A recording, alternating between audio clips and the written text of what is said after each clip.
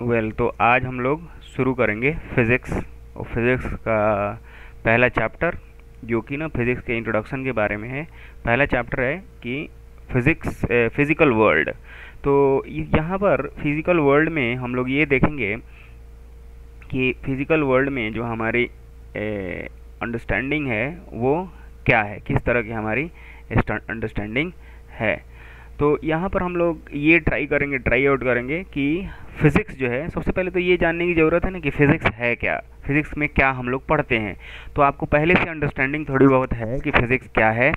और दूसरा टॉपिक ये है कि scope and excitement of physics. तो दूसरे टॉपिक में ये कहता है कि स्कोप क्या है फिज़िक्स का, मतलब जब हम लोग फिज़िक्स पढ़ते हैं तो उसमें किन किन चीज़ों के बारे में पढ़ते हैं। ठीक है, स्कोप क्या है फिज़िक्स का। और दूसरा ये है कि एक्साइटमेंट क्या है, मतलब ना फिज़िक्स में कौन कौन सी चीज़ें, कितनी मतलब ना मज़े वाली चीज़ें पढ़नी है, कितनी मज़ेदार चीज़ें पढ़नी है। तो ये एक्साइटमेंट ऑफ फिज़िक्स हुआ। उसके बाद से फिज़िक्स, टेक्नोलॉजी और सोसाइटी, की फ़िज़िक्स का टेक्नोलॉजी और सोसाइटी पे क्या असर पड़ता है। और उसके बाद से हम लोग ये पढ़ेंगे कि फंडामेंटल फोर्सेज इन नेचर क्या क्या हैं। फंडामेंटल फोर्सेज इन नेचर, क्योंकि कुछ ही फंडामेंटल फोर्सेज हैं नेचर में। ठीक है, और बाकी सारी चीज़ें जो भी एक्टिविटी दुनिया में होती हैं वो सारी वो सारी उन सारे फोर्सेस की इंटर रिलेटेड एक्टिविटीज़ हैं। उसके बाद से नेचर ऑफ फिज़िकल लॉज, कि फिज़िकल लॉज का नेचर कैसा होता है। तो ये हो गया। अब उसके बाद से एक बार ये हमें अगर पता चल जाता है तो उसके बाद से हम लोग अब ये चलते हैं कि नेक्स्ट व्हाट इज़ फिज़िक्स। तो जब व्हाट इज़ फिज़िक्स की बात आती है तो humans have always been curious. तो अब कैसे मैं आपको पढ़ाऊँगा कि मैं एक एक पैराग्राफ पढ़ूँगा और उसके बाद से आपको हिंदी में उसको थोड़ा सा समझाऊँगा, हर पैराग्राफ का मतलब। और अगर कोई मुझे लगेगा कि ये टफ वर्ड है तो मैं ना उसको अंडरलाइन कर दूंगा। ठीक है, कलर से, डिफरेंट डिफरेंट कलर्स से अंडरलाइन कर दूंगा। और जब आप पढ़ते होइएगा तो आप क्या कीजिएगा कि उसको नोट करके और उसका मीनिंग फाइंड आउट कर लीजिएगा। ठीक है, मीनिंग फाइंड आउट कर लीजिएगा ताकि आपको जब नेक्स्ट टाइम पढ़ेंगे आप तो आपको कोई परेशानी नहीं हो इसको पढ़ने में। तो ये हमारा मोड ऑफ लर्निंग होगा।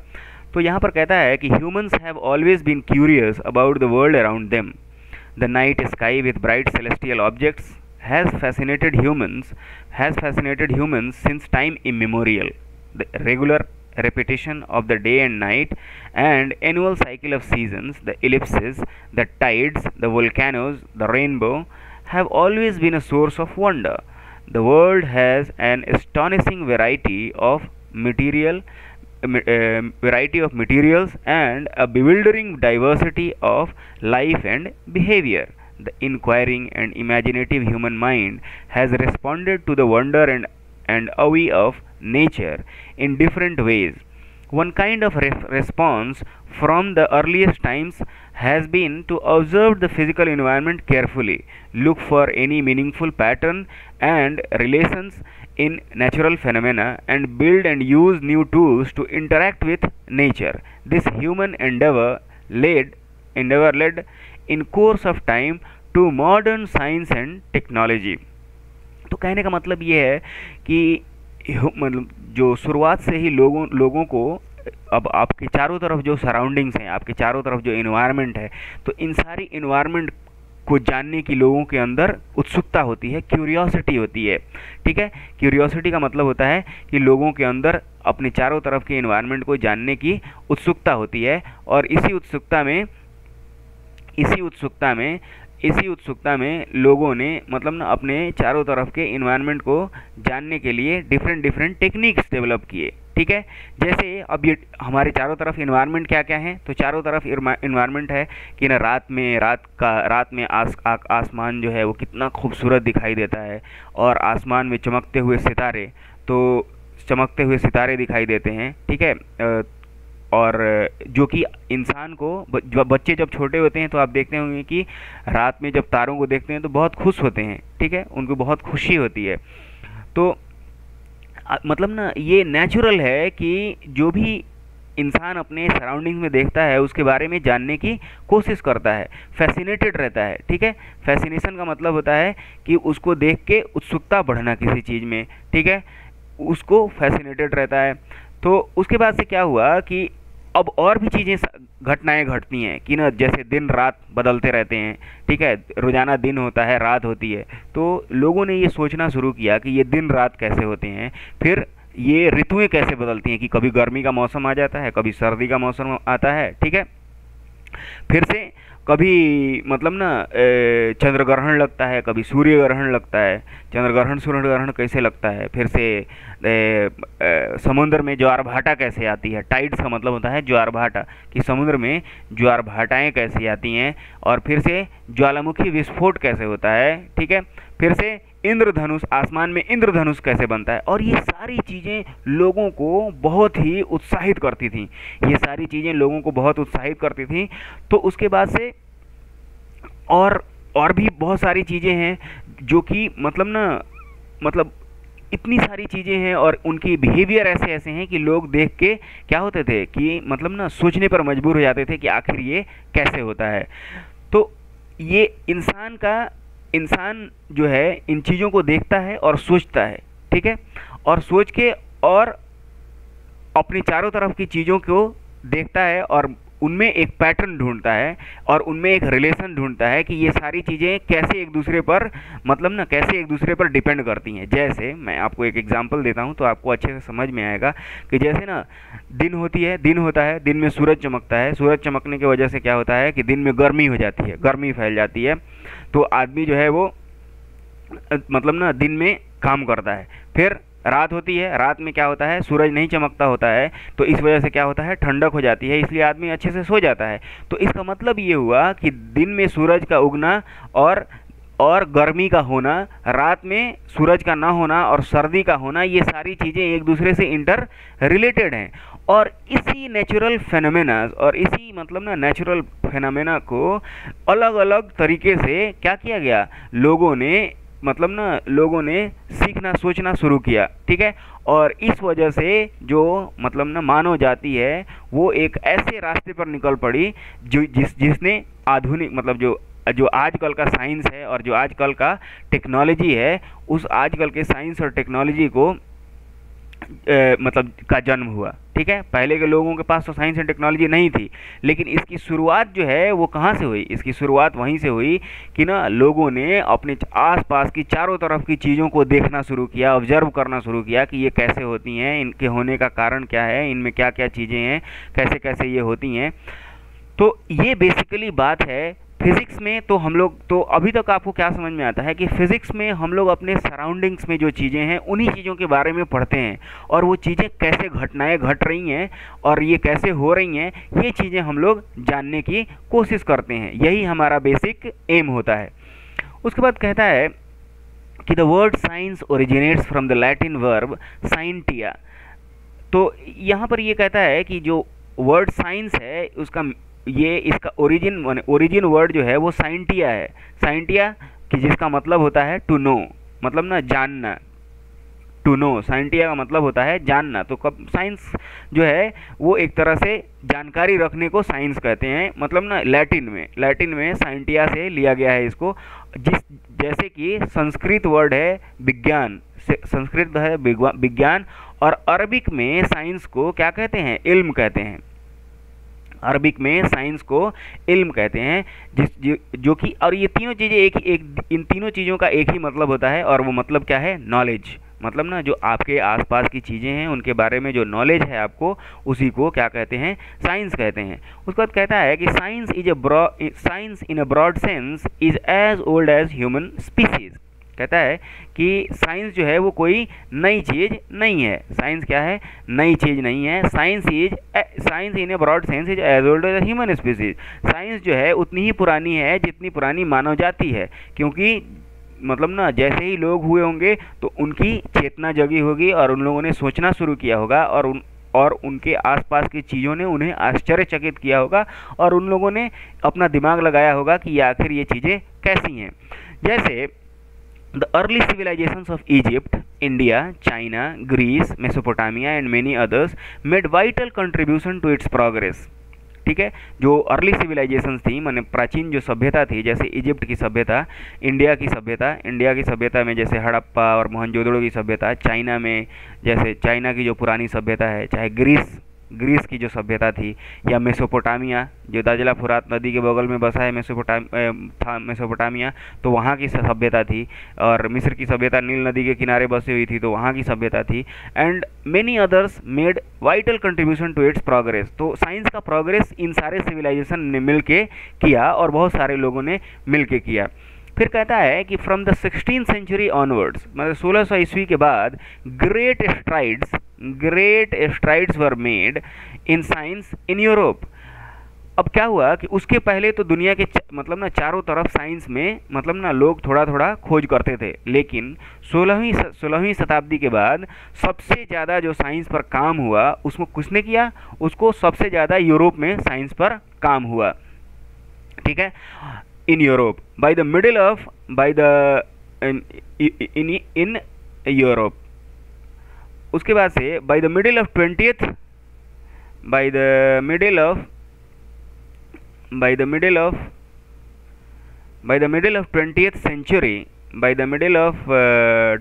century science had become a truly international enterprise। अब क्या हुआ कि 20वीं शताब्दी की जब शुरुआत हुई तो पूरी दुनिया में साइंस का बोलबाला फैल गया, with many cultures and countries contributing to its rapid growth. और सारी दुनिया के लोगों ने साइंस के डेवलपमेंट में बहुत ज़्यादा हेल्प किया। ठीक है, तो ये बात आपको समझ में आ गई कि साइंस का डेवलपमेंट कैसे हुआ और ये साइंस कितनी पुरानी है। साइंस बहुत पुरानी है, मतलब ना शुरू से ही लोग साइंस पढ़ते हैं, ये कोई नई बात नहीं है। और ऐसी भी बात नहीं है कि जो किताब में लिखा हुआ है वही साइंस है। साइंस क्या है, जो आपकी चारों तरफ जो घटनाएं घट रही हैं और उन घटनाओं को आप समझते हैं, यही तो साइंस है और कोई खास बात नहीं है। और उसमें जो फिजिकल घटनाएं घट रही हैं, जो आपके आंखों के सामने चारों तरफ हो रहा है, उसको क्या कहते हैं, उसको कहते हैं फिजिक्स। ठीक है, what is science and what is so called scientific method. अब एक क्वेश्चन है कि साइंस और साइंटिफिक मेथड में क्या फ़र्क है। ठीक है, कि साइंस क्या है और साइंटिफिक मेथड क्या है। तो कहता है कि science is a systematic attempt to understand natural phenomena in as much detail and depth as possible and use the knowledge so gained to predict, modify and control phenomena. कहता है कि science एक मतलब ना सिस्टमेटिक अटेम्प्ट है, एक ना systematically attempt करते हैं किसी नेचुरल फेनोमेना को एकदम डिटेल से और इन डेप्थ समझने के लिए। ठीक है, ताकि उससे जो नॉलेज हमको मिले, ठीक है, उससे हम लोग क्या कर सकें, उस नेचुरल फेनोमेना को कंट्रोल कर सकें या मॉडिफाई कर सकें। तो science is exploring, experimenting and predicting from what we see around us. Science is what, science क्या है कि साइंस जो है वो हम लोग अपने चारों तरफ जो देखते हैं उसको हम लोग और अच्छे से जान सकें, उसके साथ एक्सपेरिमेंट कर सकें और या हम लोग आगे की घटना को बता सकें। तो यही बेसिकली क्या है, साइंस है। जैसे अभी क्या होता है, अभी उस साइंस का एग्जांपल आपको बता रहे हैं कि ना, अगर आपको पता हो कि आज गर्मी कितनी है, ह्यूमिडिटी कितनी है, तो आप बता सकते हैं कि आज बारिश होगी कि नहीं होगी। तो ये क्या हुआ, ये एक तरह का साइंस है जो कि ना वेदर फोरकास्टिंग में यूज किया जाता है। ठीक है, तो साइंस का बेसिकली यही काम है कि एक्सप्लोर करना, नई नई चीज़ों के बारे में पता लगाना, एक्सपेरिमेंट करना और आगे की चीज़ों को प्रिडिक्ट करना या फोरकास्ट करना। तो ये एक एग्जाम्पल हुआ। The curiosity to learn about the world, unravelling the secrets of nature is the first step towards the discovery of science. तो ये जो हमारी जो लोगों की जो चेतना थी और ये जानने की जो इच्छा थी कि दुनिया के बारे में जानना और जो उसकी मतलब छुपी हुई चीज़ें हैं उनको बाहर लेके आना, इसी वजह से साइंस जो है वो बहुत आगे बढ़ा। उसके बाद कहता है कि the scientific method involves several interconnected steps. Scientific method जो होता है उसमें बहुत सारी चीज़ें मिल के उसको साइंटिफिक मेथड कहा जाता है। जैसे पहली जो चीज़ होती है वो क्या होती है, पहली चीज़ होती है आपकी सिस्टेमिक ऑब्जर्वेशन। पहली चीज़ होती है आपकी सिस्टेमिक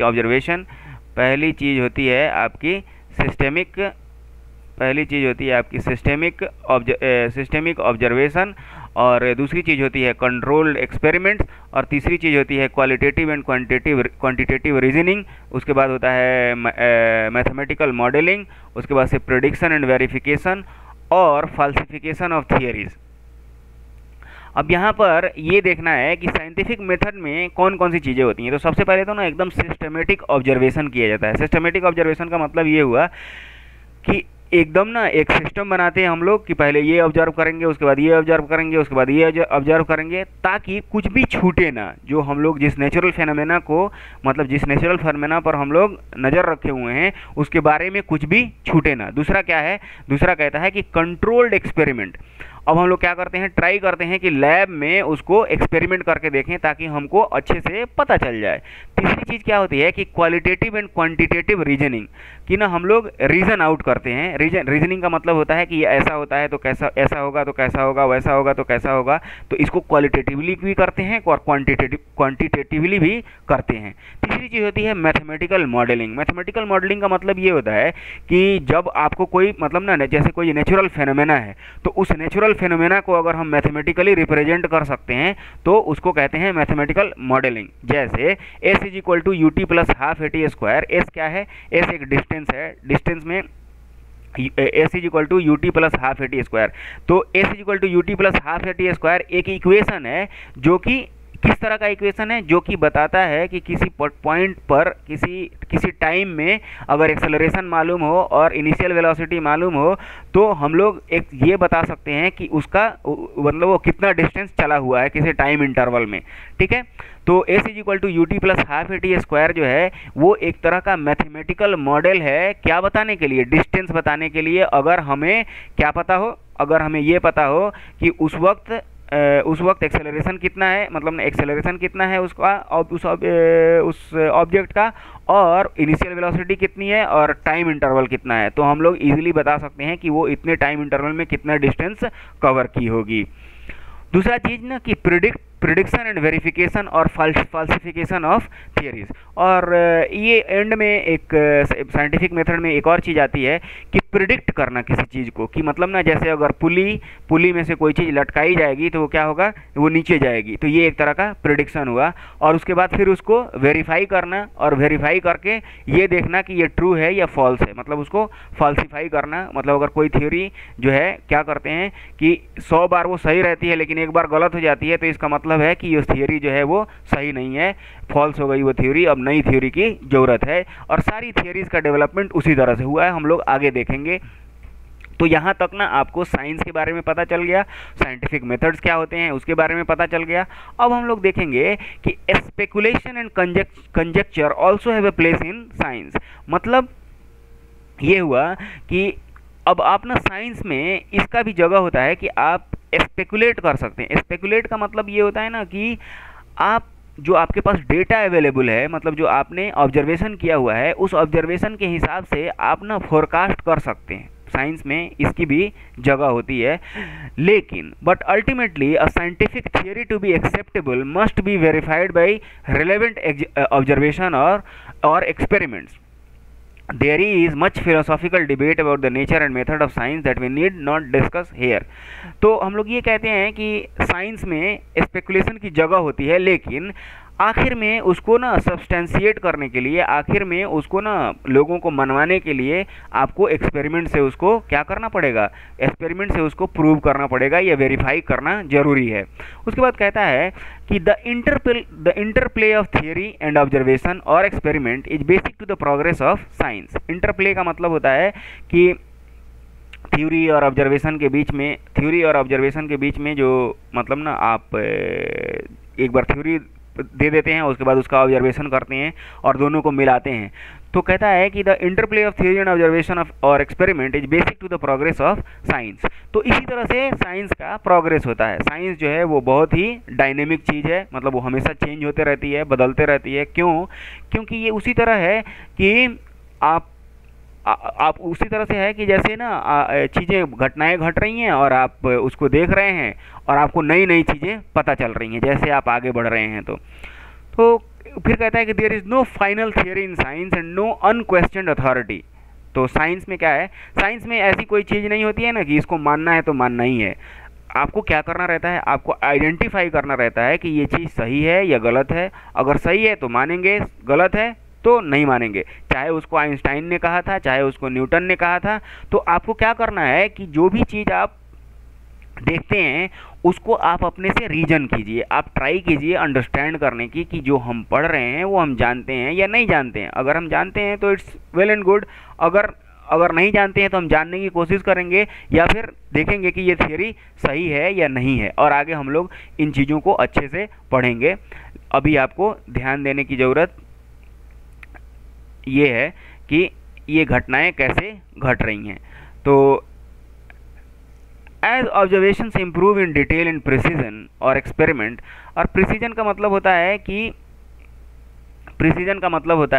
कि कितना प्रिसाइज है आपका, कितना प्रिसाइज है मतलब ना कितना सही आप मतलब कितना आप सही ऑब्जर्वेशन कर सकते हैं। एक्सपेरिमेंट यील्ड्स न्यू रिजल्ट्स, तो क्या होता है कि कभी कभी ना आप एक्सपेरिमेंट कीजिएगा तो उसमें जैसे जैसे आपका प्रिसीजन बढ़ेगा वैसे वैसे थियरी भी चेंज होने लगेगी, नई नई बातें आपको पता चलेंगी। तो इसीलिए मतलब ना ये एडवाइजेबल होता है कि जब भी आप एक्सपेरिमेंट कर रहे हों तो एकदम हाईएस्ट प्रिसीजन से एक्सपेरिमेंट कीजिए, ताकि थियरी जो आप थियरी डेवलप करें उस थियरी में कोई प्रॉब्लम नहीं हो। Theory must account for them if necessary by introducing modifications, sometimes the modification may not be drastic and may lie within the framework of existing theory.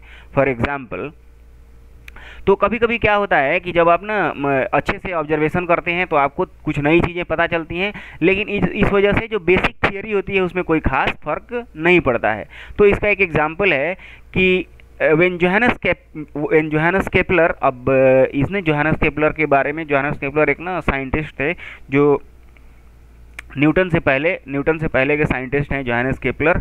तो उन्होंने मतलब ना ये सेलेस्टियल ऑब्जेक्ट्स मतलब ना जो आकाश में आपको आकाशगंगा जो आपको दिखाई दे रही है उसमें जितने भी तारे सितारे मतलब ना जितनी भी चीज़ें हैं जो आसमान में दिखाई दे रही हैं, तो उनके मोशन के बारे में उसने स्टडी किया था, और उसके मोशन के बारे में स्टडी करके उसने ये चेक किया था मतलब ना उसके मोशन के बारे में स्टडी करके उसने चेक किया था कि ये चीज़ें कैसे काम करती हैं, तो मतलब ना कैसे कैसे उसका मोशन है। तो ये कहता है कि when Johannes Kepler examine the extensive data on planetary motion मतलब जो हमारा सोलर सिस्टम है, इसमें जो प्लैनेट्स हैं जैसे मरकरी है, वेनस है, ये सारे प्लैनेट्स हैं, तो इनका मोशन उसका मतलब इनके मोशन का जो डेटा था, और वो डेटा किसने कलेक्ट किया था? टाइको ब्राहे मतलब जोहानस केपलर से पहले के एक साइंटिस्ट थे टाइको ब्राहे, उन्होंने डेटा को कलेक्ट किया था। मतलब डेटा को कलेक्ट इन द सेंस कि मतलब ना ये जो आपका मार्स है वो कैसे चलता है, नेपच्यून कैसे चलता है, ये सारी चीज़ों का डेटा पहले से था।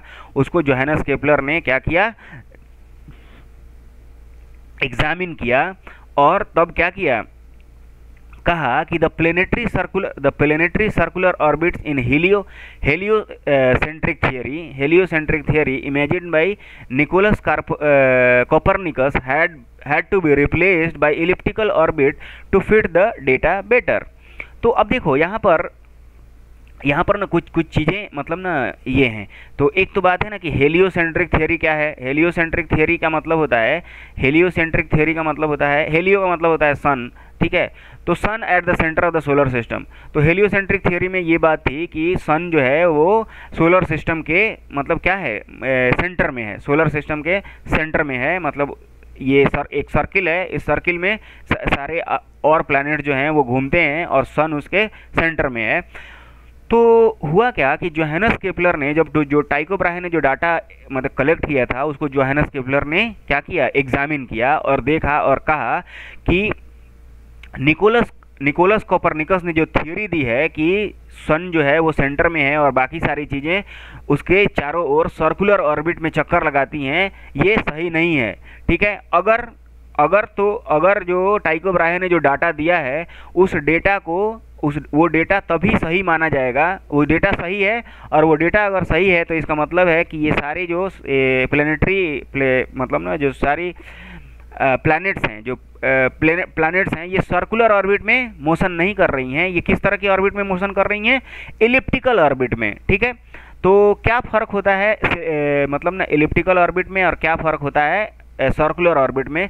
तो देखो सर्किल क्या है? तो सर्किल तो आपको पता है कि जैसे मान लीजिए 1 रुपये का जो सिक्का है वो सर्कुलर है, 1 रुपये का सिक्का जो है वो सर्कुलर है। और एलिप्टिकल ऑर्बिट क्या है? तो जैसे जो अंडा आप देखते हैं, अंडा, तो अंडा सर्कुलर नहीं है चाहे स्फेरिकल नहीं है, अंडा क्या है?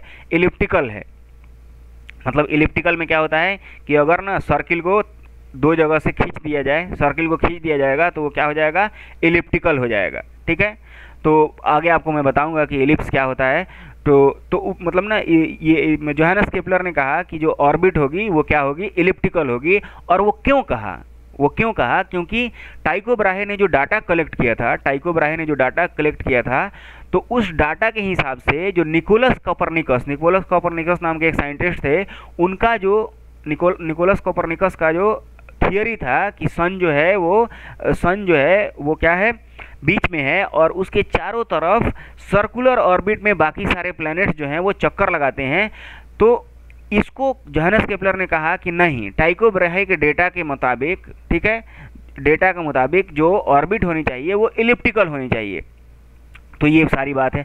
तो कहने का मतलब ये हुआ कि जैसे जैसे आगे रिसर्च होता है, जैसे जैसे चीज़ों को ज़्यादा हम लोग समझने की कोशिश करते हैं और हम लोग क्या करते हैं, साइंटिफिक मेथड से उसका ऑब्जर्वेशन करते हैं और नए नए एक्सपेरिमेंट्स करते हैं और प्रिसीजन को बढ़ाते हैं अपने एक्सपेरिमेंट में, तो क्या होता है, थियरी में इम्प्रूवमेंट आती है। जो हमारी थियरी है उसमें हमारी इम्प्रूवमेंट आती है। जैसे यहाँ पर इम्प्रूवमेंट हुई कि पहले लोगों को लगता था कि प्लेनेटरी ऑर्बिट जो होते हैं वो सर्कुलर होते हैं, लेकिन बाद में ये पता चला कि ये हेलियोसेंट्रिक नहीं होते हैं, ये क्या होते हैं, एलिप्टिकल ऑर्बिट्स होते हैं।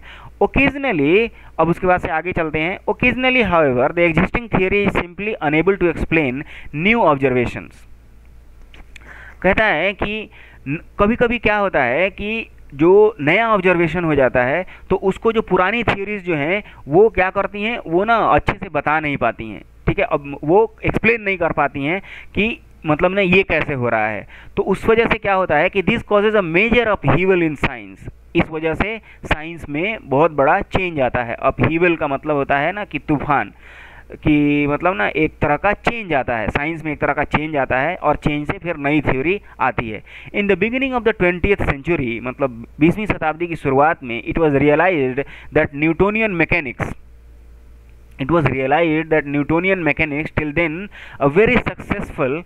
till then a very successful theory could not explain some of the most basic features of atomic phenomena। तो क्या हुआ कि 20वीं शताब्दी की शुरुआत में अब न्यूटन का जो मैकेनिक्स है, जैसे ग्रेविटेशन है या न्यूटन्स लॉ ऑफ मोशन है, तो ये सारी चीज़ें पहले ना बहुत सक्सेसफुल थी। लोग समझते थे कि इतनी ही साइंस है, लेकिन उसके बाद से क्या हुआ कि जो एटॉमिक लेवल पर जब ऑब्जर्वेशन किया गया तो देखा गया कि एटॉमिक लेवल पर जो मोशन है उसको ये न्यूटोनियन मैकेनिक्स जो है वो क्या करता है, वो नहीं बता पाता है कि ये मोशन कैसे हो रहा है, मतलब उसको वो डिफाई कर रहा था। तो अब इस वजह से अब जो एटॉमिक लेवल पर जो मोशन होता है उसको भी आपको बताना पड़ेगा कि ये कैसे हो रहा है। ठीक है, जैसे ना आप Newton first law, second law और थर्ड लॉ से मोशन के बारे में बताते हैं, तो उसी तरह से आपको ये बताना पड़ेगा कि लोअर लेवल पर जो मोशंस हो रहे हैं, मतलब एटॉमिक लेवल पर जो मोशंस हो रहे हैं, वो मोशन कैसे हो रहे हैं। तो उन मोशन को बताने के लिए आपको फिर नए थ्योरी की जरूरत पड़ी। उसी तरह से फिर कहता है कि similarly the then accepted wave picture of light failed to explain the photo electric effect properly.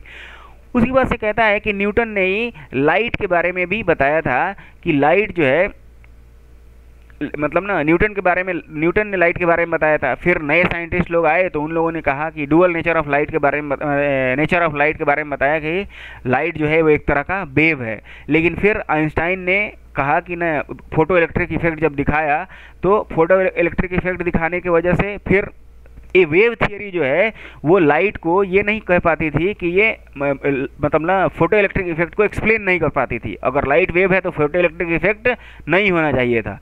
तो इस वजह से this led to the development of radically new theory that is called quantum mechanics to deal with atomic and molecular phenomena.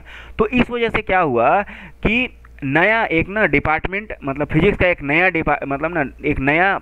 Department बना, जिस department को क्या कहते हैं, क्वांटम मैकेनिक्स। तो वो क्या है, वो न्यूटोनियन मैकेनिक्स नहीं है, वो क्वांटम मैकेनिक्स है। और क्वांटम मैकेनिक्स किस लेवल पर काम करता है, क्वांटम मैकेनिक्स जो है वो सब एटॉमिक लेवल पर, मतलब ना एटॉमिक लेवल पर और सब एटॉमिक लेवल पर काम करता है। मतलब ना बहुत छोटे रेंज में क्वांटम मैकेनिक्स का बहुत ज़्यादा यूज होता है। ठीक है, तो पहले क्या था कि लोगों को केवल न्यूटोनियन मैकेनिक्स पता था, लेकिन उसके बाद जो मतलब ना जब ना एटॉमिक लेवल पर फिनोमेना, एटॉमिक लेवल पर फिनोमेना का मतलब होता है घटना, तो एटॉमिक लेवल पर जब घटनाओं को मतलब ऑब्जर्वेशन किया, जब फिनोमेनन का ऑब्जर्वेशन किया गया, तो उसको एक्सप्लेन करने के लिए नए तरह की मैकेनिक्स की ज़रूरत पड़ी, और उस मैकेनिक्स को क्या कहा गया? उस मैकेनिक्स को कहा गया क्वांटम मैकेनिक्स। उस मैकेनिक्स को क्या कहा गया? Quantum mechanics. तो to deal with atomic and molecular phenomena, तो मतलब मॉलिक्यूलर और एटॉमिक फिनोमेना को डील करने के लिए किस चीज़ की ज़रूरत पड़ी? एटॉमिक क्वांटम मैकेनिक्स की। उसके बाद कहता है कि जस्ट अ न्यू एक्सपेरिमेंट में suggest an alternative theoretical model. Just a new experiment may suggest an alternative theoretical model. A theoretical advance may suggest what to look for in some experiments. The result of experiment तो यहाँ पर ये कहता है कि कोई भी experiment जब आप करते हैं तो उससे क्या होता है कि वो मतलब ना वो आपको थियरी में सुधार की जगह देता है, ठीक है। और ये दोनों एक दूसरे के मतलब ना इन दोनों में एक दूसरे का के बीच में इस तरह का संबंध है कि जैसे अगर थियरी में डेवलपमेंट हुआ तो उससे नए नए एक्सपेरिमेंट करने की जगह मिलेगी, और अगर एक्सपेरिमेंट में डेवलपमेंट हुआ तो थियरी में सुधार आएगा। तो मतलब ये एक दूसरे के पूरक हैं, ठीक है। ये एक दूसरे के क्या हैं? ये एक दूसरे के पूरक हैं। तो उसके बाद से ये है कि the result of experiment of scattering of alpha particles by gold foil, मतलब ना जो Ernest in 1911 by Ernest Rutherford established the nuclear model of atom, so and which then become the basis of quantum theory of hydrogen atom given in quantum theory of hydrogen atom given in 1913 by Niels Bohr. On the other hand, the concept of antiparticle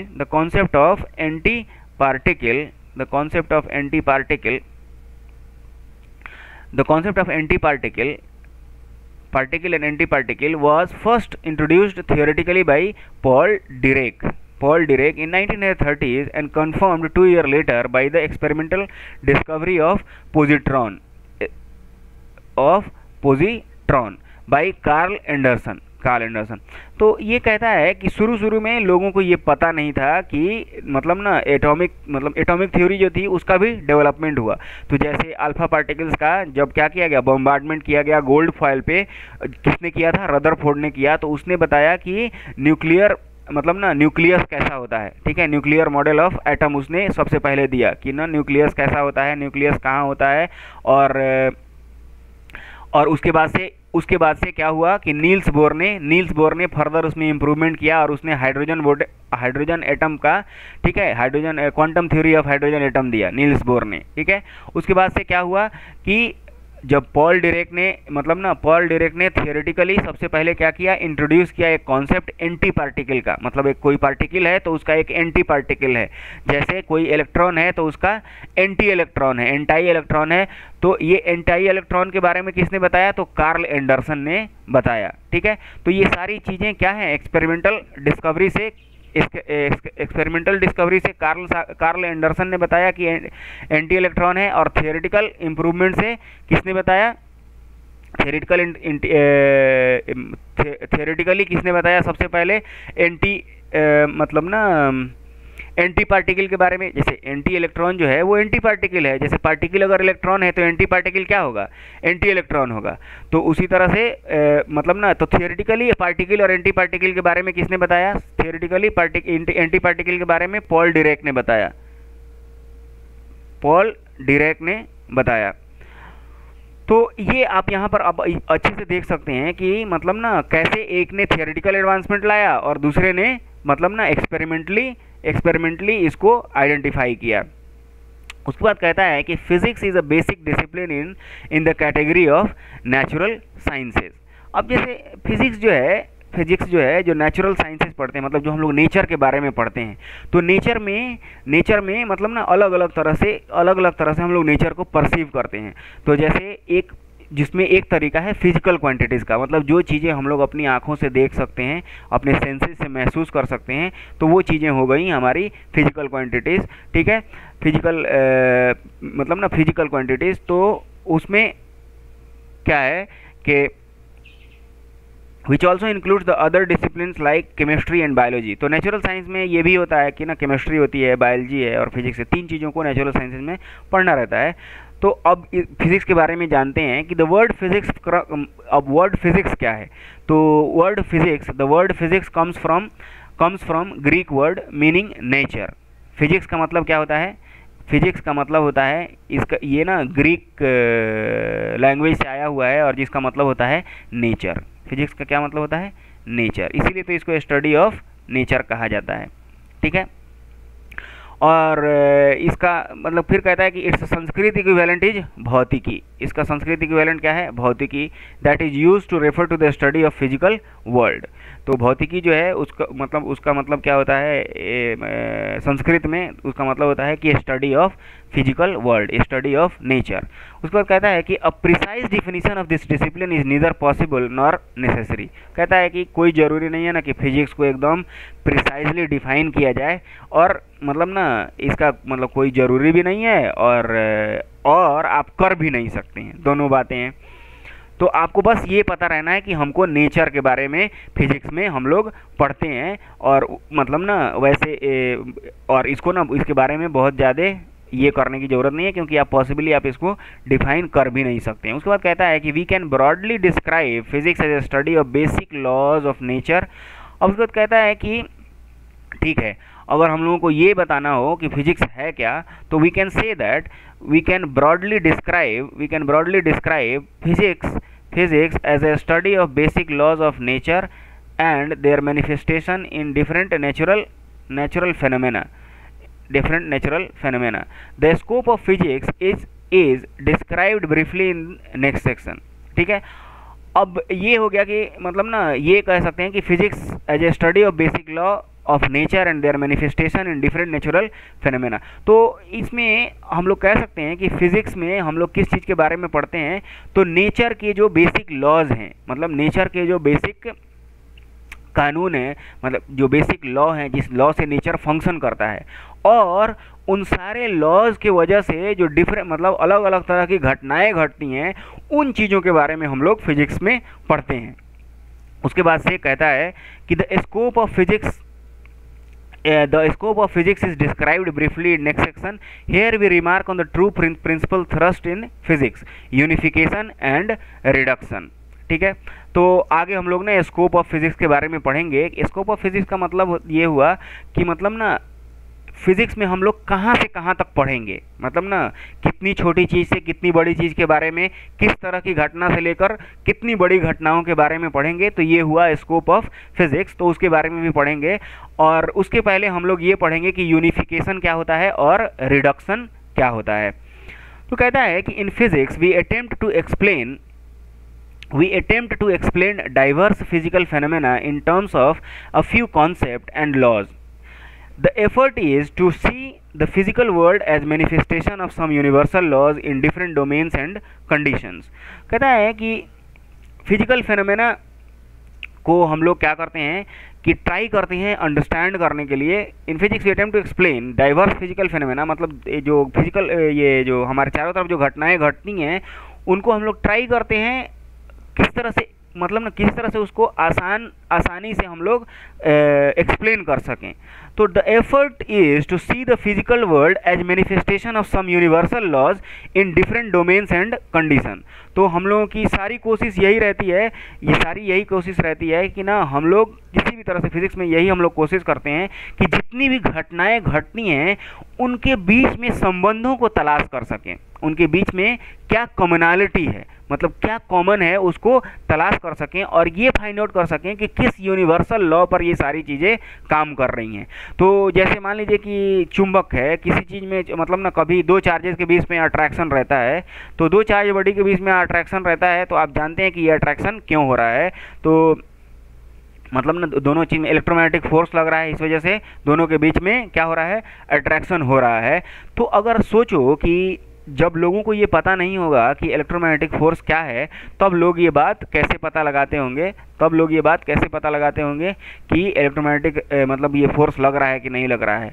तो लोगों ने क्या किया होगा कि observation किया होगा अलग अलग चीज़ों को, और ये देखा होगा कि उनके बीच में क्या कॉमन बातें हैं। तो इन कॉमन बातों को लेकर के और फिर उन्होंने एक यूनिवर्सल लॉ दिया कि जब भी कोई दो चार्ज बड़ी होंगी तो उन दोनों के बीच में जो फोर्स लगेगा वो किस तरह का फोर्स होगा, मतलब ना इलेक्ट्रोमैग्नेटिक फोर्स होगा। तो इस तरह से यही बेसिकली हम लोगों का मेन मोटिव है। जब हम लोग पढ़ते हैं तो हमारा मेन मोटिव क्या है कि किसी भी तरह से फाइंड आउट करना कि हमारा जो फिजिकल वर्ल्ड है इसमें जो घटनाएं घटती हैं, ये घटनाएं कैसे घटती हैं और इन घटनाओं के घटने में कैसे कैसे बातें आगे बढ़ती हैं। ठीक है, उसके बाद कहता है कि फॉर एग्जाम्पल मतलब अब उसको कहता है कि ना इसका एक एग्जाम्पल देते हैं कि कैसे ये चीज़ें घटती हैं। जैसे for example the same law of gravitation given by for example the same law of gravitation given by Newton. Gravitation को किसने दिया था? न्यूटन ने। ग्रेविटेशन को न्यूटन ने दिया था। बाय न्यूटन डिस्क्राइब्स जो मतलब ना जो मतलब ग्रेविटेशनल फोर्स जो है, for example the same law of gravitation given by Newton describes the fall of an apple to the ground, the motion of the moon around the earth and motion of the planets around the sun। तो कहता है कि एक ही gravitational force है जो, जैसे Newton ने क्या दिया कि ग्रेविटेशन का लॉ दिया, लॉ ऑफ ग्रेविटेशन दिया, तो वो इसमें इतनी मतलब उसकी कैपेसिटी देखो, वो एक यूनिवर्सल लॉ है। और कैसे यूनिवर्सल लॉ है? तो वो क्या क्या बताता है? वो ये बताता है ना कि आपकी टोपी सिर से गिर गई नीचे तो वो मतलब ना क्यों गिरी उसके बारे में भी बताता है। पेड़ से आम टूट के गिरता है उसके बारे में बताता है। पेड़ से एप्पल टूट के गिरेगा उसके बारे में बताता है। कोई भी चीज़ किसी ऊंचाई से गिरेगी तो उसके बारे में बताता है। वो ये भी बताता है कि चांद जो अर्थ के चारों तरफ चक्कर लगाता है तो वो क्यों लगाता है। ठीक है, और उसी तरह से पृथ्वी जो है या हमारे जो प्लैनेट्स हैं वो सन के चारों तरफ चक्कर लगाते हैं, वो क्यों चक्कर लगाते हैं। ठीक है, तो यही सबसे बड़ी बात है कि जो लॉ होते हैं, जो मतलब ना फिजिक्स में जो हम लोग लॉ फाइंड आउट करते हैं, जो लॉ हम लोग फाइंड आउट करते हैं, चाहे साइंटिस्टों ने जो लॉ फाइंड आउट किया हुआ है वो यूनिवर्सल होता है, वो बहुत सारी चीज़ों के बारे में बताता है। यही मतलब ना ब्यूटी ऑफ फिजिक्स है कि जो नेचुरल फेनोमेना हमारे चारों तरफ हो रही हैं उनके बारे में यूनिवर्सली हमको एक लॉ मिल जाता है जो कि वो सारी चीज़ों में हो रहा होता है। ठीक है, और इस वजह से हमको उनको समझना बहुत आसान हो जाता है। कहता है कि सिमिलरली उसी तरह से the basic laws of electromagnetism Maxwell equations govern all electric and magnetic phenomena. तो जिस तरह से ग्रेविटेशनल लॉ ने किसी भी मोशन के बारे में बताया जिसमें ना किसी ऊंचाई से कोई वस्तु मतलब ना कोई ऑब्जेक्ट गिर रही हो, उसी तरह से इलेक्ट्रोमैग्नेटिज्म जो है मैक्सवेल का इक्वेशन जो है, मैक्सवेल ने जो इक्वेशन दिया था इलेक्ट्रोमैग्नेटिज्म का, वो इलेक्ट्रिकल फेनोमेना और मैग्नेटिक फेनोमेना की सारी चीज़ों के बारे में वो क्या करता है, एक्सप्लेन करता है। वो मतलब सारी चीज़ों के बारे में वो बताता है। तो the attempt to unify fundamental forces of nature reflect the same quest of unification. और जो फंडामेंटल फोर्सेज हैं आगे हम लोग पढ़ेंगे कि फंडामेंटल फोर्सेज क्या हैं। तो उन सारी फंडामेंटल फोर्सेज को एक में मिलाने की जो हमारी जो चाहत है उसी को क्या कहते हैं, यूनिफिकेशन। ठीक है, ये बात ध्यान में रखना कि मतलब ना जो हमारी चाहत है फंडामेंटल फोर्सेज को एक में मिलाने की, उसी को क्या कहते हैं, यूनिफिकेशन। उसके बाद कहता है कि a related effort is to derive the properties of a bigger, more complex system from the properties and interactions of constituent simpler parts. This process is called reductionism and is at the heart of physics. कहता है कि a related effort is to derive the properties of a bigger, more complex system from the properties and interaction of its constituent simpler parts. The approach is called reductionism and is at the heart of physics. फिर ये कहता है कि जैसे मान लो कि कोई ना एक बड़ा सा मतलब ना कि कोई कॉम्प्लेक्स मतलब ना कोई कॉम्प्लेक्स इवेंट है या कोई कॉम्प्लेक्स सिस्टम है, और उस कॉम्प्लेक्स सिस्टम को अगर हम लोग छोटा मतलब ना आसान चीज़ों में बांट दें तो उसको क्या कहते हैं, आयो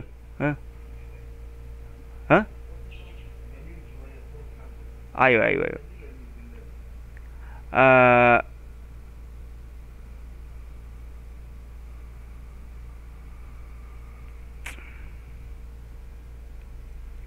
related effect is derived the properties of bigger, more complex system, and from the properties and interaction of this constituent simpler parts. This approach is called reductionism and is at the heart of physics.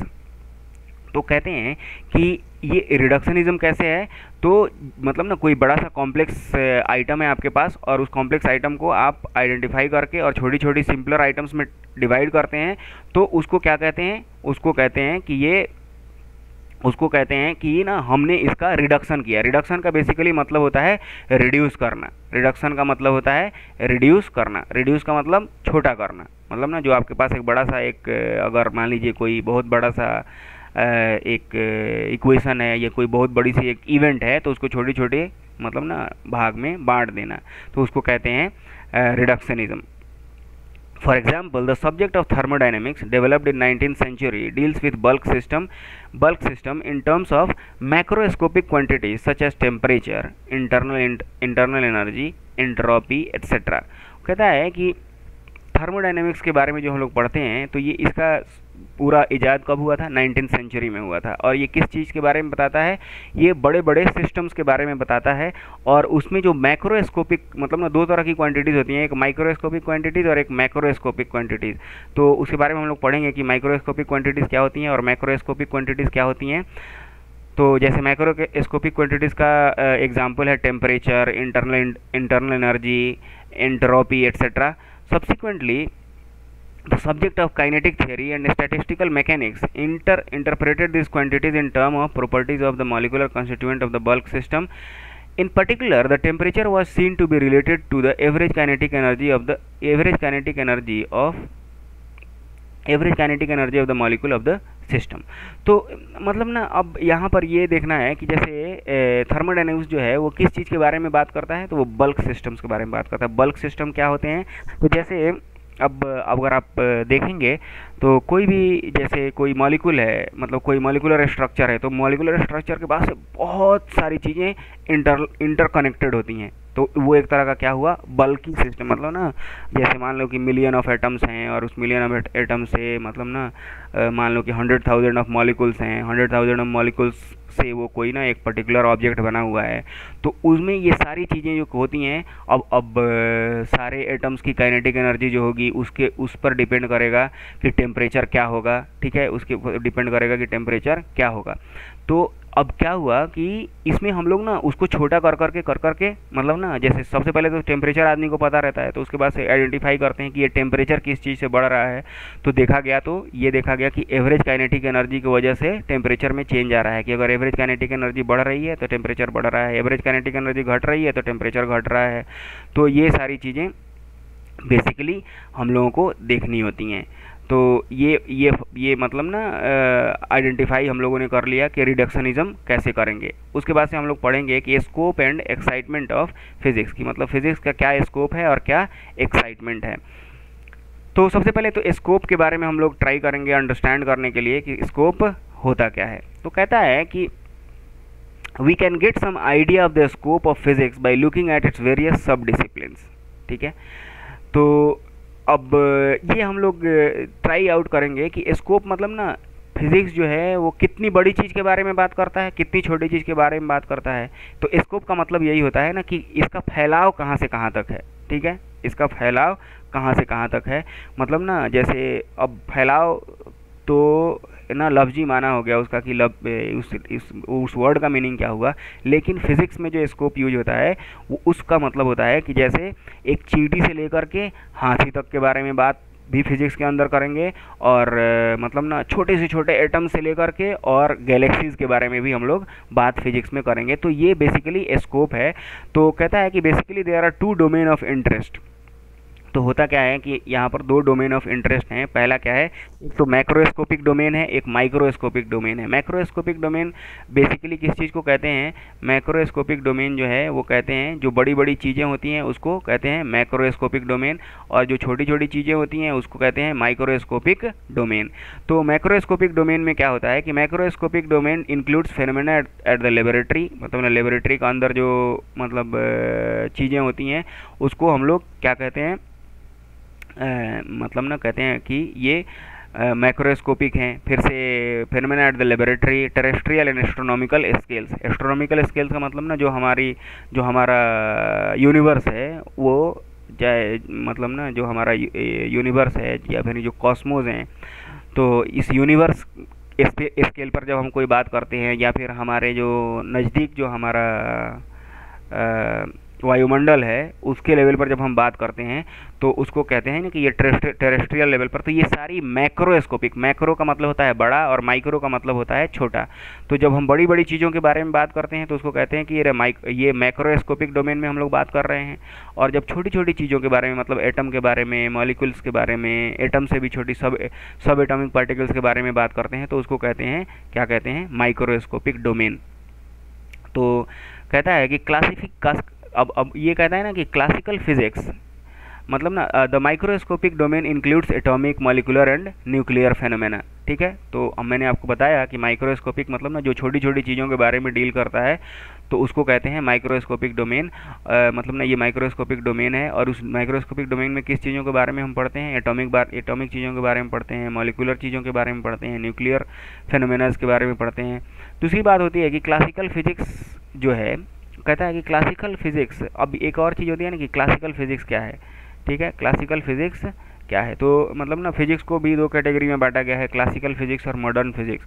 Modern physics का मतलब क्या है कि मतलब ना जो physics जो आजकल के मतलब ना लेटर बाद के साइंटिस्टों ने मतलब नया इजाद हुआ उसको कहते हैं मॉडर्न फिजिक्स। मतलब जो पुरानी फिजिक्स है, मतलब जिसको न्यूटन वगैरह लोगों ने, न्यूटन से और न्यूटन से पहले वाले लोगों ने जो फिजिक्स दिया था उसको क्या कहते हैं, क्लासिकल फिजिक्स कहते हैं। तो कहता है कि classical physics deals mainly with macroscopic phenomena and includes subject like mechanics, electrodynamics, optics and thermodynamics. कहता है कि क्लासिकल फिजिक्स जो है वो मैक्रोस्कोपिक फेनोमेना को डील करता है। मैक्रोस्कोपिक माने बड़ी बड़ी चीज़ों से जो घटनाएं घटती हैं, बड़ी बड़ी चीज़ों के चलने से, उनके मोशन से जो घटनाएं घटती हैं, उनसे कौन डील करता है, क्लासिकल फिजिक्स। और उसमें क्या क्या है, मैकेनिक्स है, इलेक्ट्रोडायनेमिक्स है, ऑप्टिक्स है और थर्मोडायनेमिक्स है। उसमें कहता है कि mechanics founded in Newton's law of motion, mechanics founded on the Newton's laws of motion. अब क्या है कि मैकेनिक्स जो है वो किस चीज़ पर बेस्ड है। अब इसी वजह से ना ये चीज़ें बहुत इंपॉर्टेंट हो जाती हैं, इसी वजह से ये चीज़ें बहुत इंपॉर्टेंट हो जाती हैं, क्योंकि न्यूटन्स लॉ जिस आदमी को समझ में नहीं आएगा वो मैकेनिक्स अच्छे से नहीं समझ में आ सकता है, क्योंकि जो मैकेनिक्स है वो न्यूटन्स लॉ पर बेस्ड ही है। ठीक है, जो मैकेनिक्स है वो न्यूटन्स लॉ पर बेस्ड है। कहता है कि mechanics founded on the Newton's law of motion and the law of gravitation is concerned with the motion और इक्विलिब्रियम ऑफ पार्टिकल्स।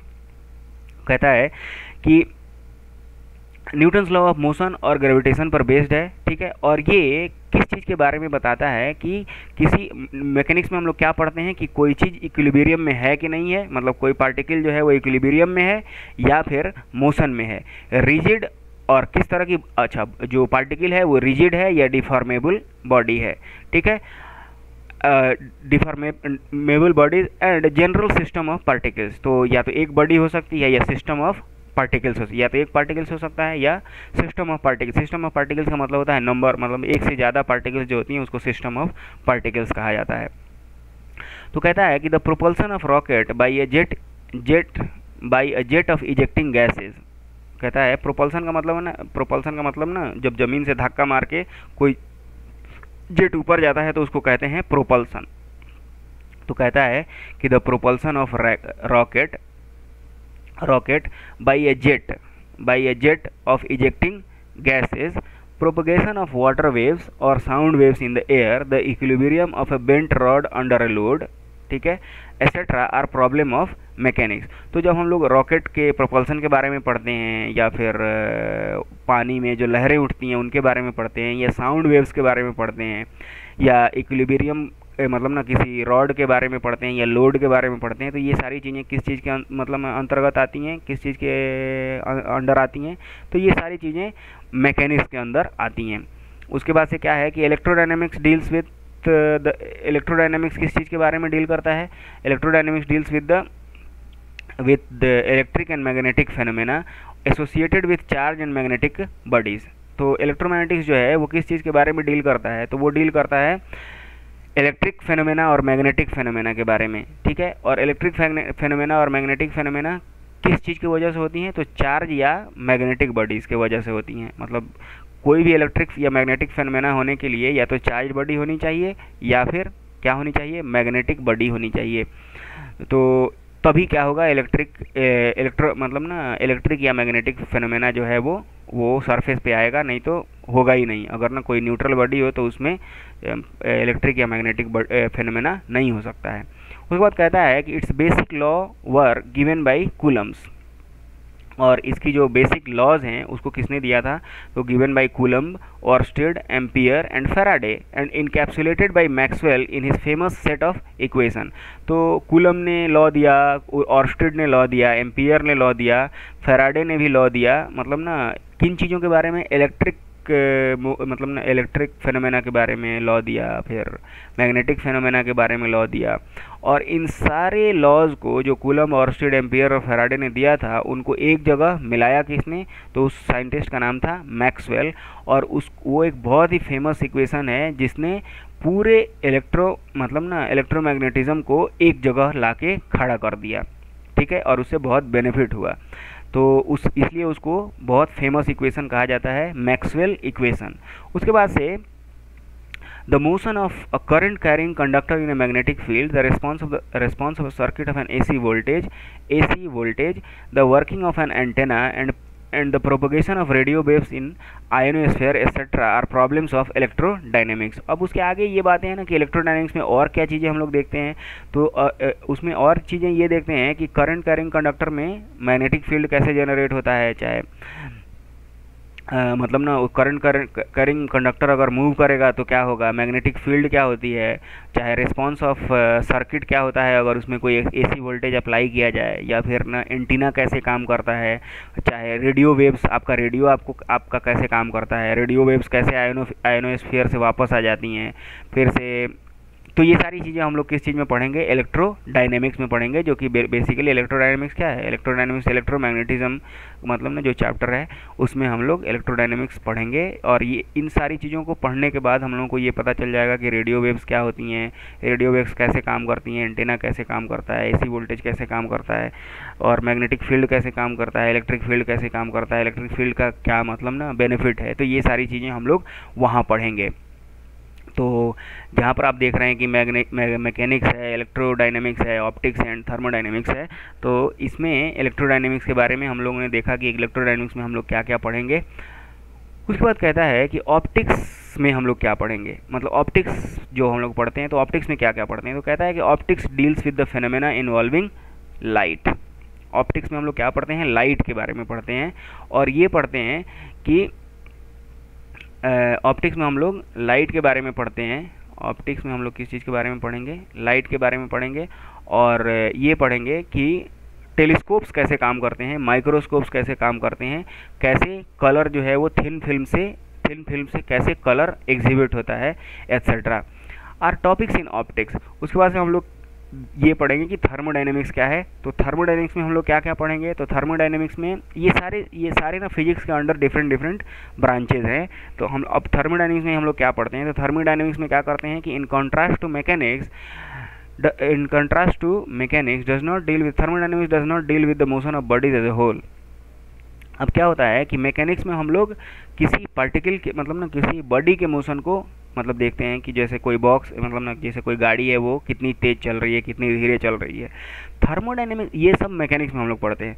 लेकिन थर्मोडायनेमिक्स में हम लोग क्या करते हैं कि उस मतलब ना बॉडी के मोशन को नहीं देखते हैं, उस बॉडी या ऑब्जेक्ट के मोशन को नहीं देखते हैं। किस चीज़ के मोशन को देखते हैं, हम लोग ये देखते हैं कि माइक्रोस्कोपिक लेवल पर मतलब उस सिस्टम के जैसे कोई आपके पास ना एक गर्म लोहा पड़ा हुआ है, तो वो गर्म लोहा कैसे मूव कर रहा है ये नहीं देखना है, गर्म लोहा के अंदर चीज़ें कैसे मूव कर रही हैं, मतलब उसमें एटम्स कैसे मूव कर रहे हैं, माइक्रोस्कोपिक लेवल पर इक्विलिब्रियम कैसे एस्टेब्लिश हो रहा है, ठीक है।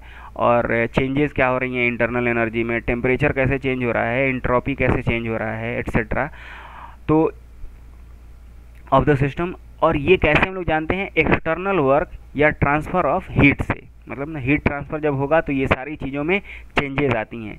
मतलब ना जो हम लोगों ने तो इस तरह से हम लोग ट्राई आउट करेंगे। उसमें भी हम लोग मोशन के बारे में पढ़ते हैं, लेकिन मतलब ना माइक्रोस्कोपिक लेवल पर जो मोशंस होती हैं उन चीज़ों के बारे में पढ़ेंगे। और आगे हम लोग देखेंगे, अच्छे से जानेंगे कि थर्मोडायनेमिक्स में मतलब ना कैसे चीज़ें गर्म होती हैं, कैसे चीज़ें ठंडी होती हैं, रेफ्रिजरेटर कैसे काम करता है, the efficiency of heat engines and refrigerator के बारे में हम लोग थर्मोडायनेमिक्स में पढ़ेंगे।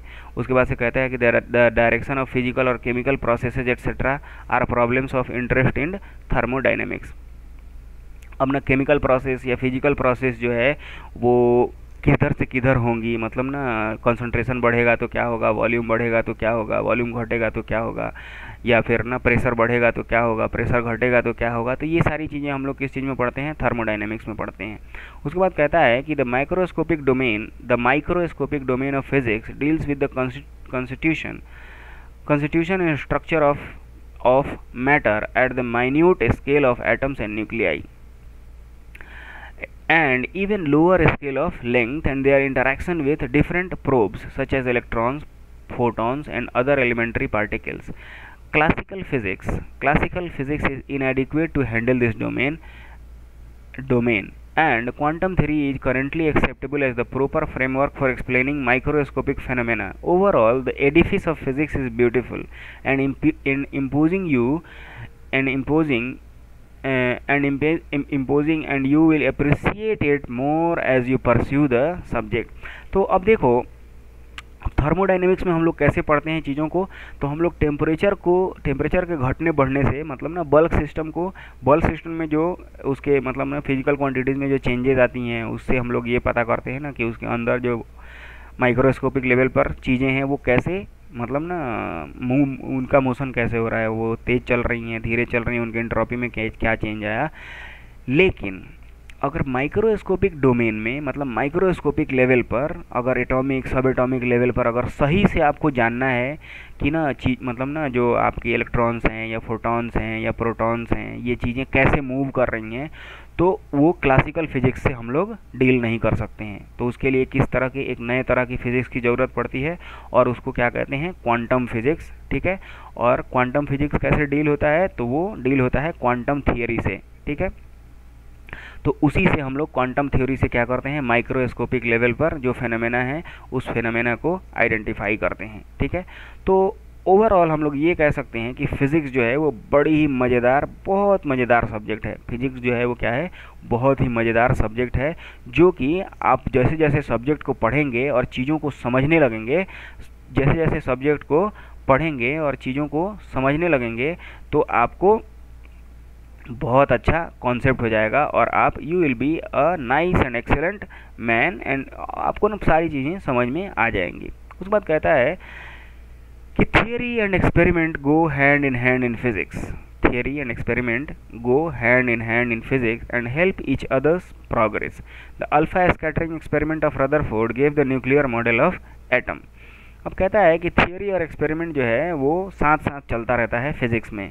ठीक है, कभी थियरी से बातें अच्छी पता चल जाती हैं, कभी एक्सपेरिमेंट से बातें अच्छी पता चल जाती हैं। जैसे अल्फा स्कैटरिंग एक्सपेरिमेंट है, अल्फा रे का जो स्कैटरिंग एक्सपेरिमेंट किया था रदरफोर्ड ने, तो उसने क्या दिया, न्यूक्लियर मॉडल ऑफ एटम दिया। ठीक है, तो न्यूक्लियर मॉडल ऑफ एटम दिया। अब यहाँ पर हम लोग ये देख सकते हैं कि मतलब ना अल्फा रे का स्कैटरिंग कैसे किया गया था। तो मतलब ना एक लीड ब्लॉक से, ठीक है, पोलोनियम सैंपल रख के एक लीड ब्लॉक में, और वहाँ से अल्फा रे का बम्बार्डमेंट किया गया। ये गोल्ड फॉयल है, गोल्ड फॉयल पर अल्फा रे से क्या किया गया, बम्बार्डमेंट किया गया। तो बम्बार्डमेंट करने की वजह से मतलब ना यहाँ से क्या हुआ कि वो रदरफोर्ड तो ये सोच रहे थे कि ना कोई भी रे जो है वो मुड़ेगी नहीं, लेकिन कुछ रेस जो है वो मुड़ने लगी। तो इस वजह से क्या पता चला कि मतलब ना मतलब यहाँ पर एटम्स हैं, और उन एटम्स में जो कैलकुलेशन करने के बाद उनको पता चला कि बेसिकली ये मतलब ना इसके अंदर एक बहुत ही बड़ा मतलब न्यूक्लियस है जो कि बड़ा ही इम्पोर्टेंट है। वो हम लोग देखेंगे कि कैसे हुआ। तो you can now see that the scope of physics is truly vast.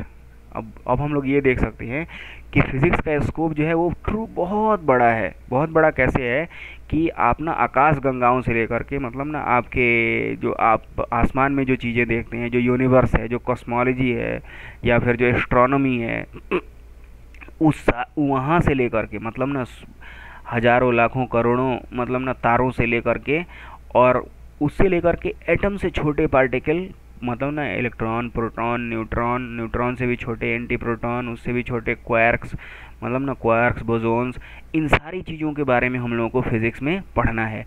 तो ये हुआ इसका स्कोप।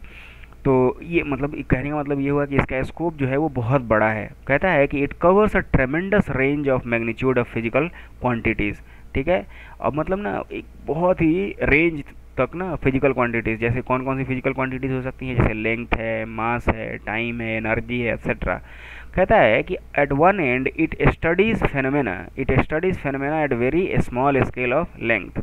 कहता है कि एक तरफ तो ये बहुत ही छोटे लेवल पर चीज़ों को देखता है, और तो वो चीज़ें क्या क्या हैं, तो वो चीज़ें हैं कि जैसे वो चीज़ें हैं जिनका रेडियस जो है वो किस किस लेवल का है, तो 10⁻⁻14। अब 10⁻⁻14 मीटर बहुत छोटा,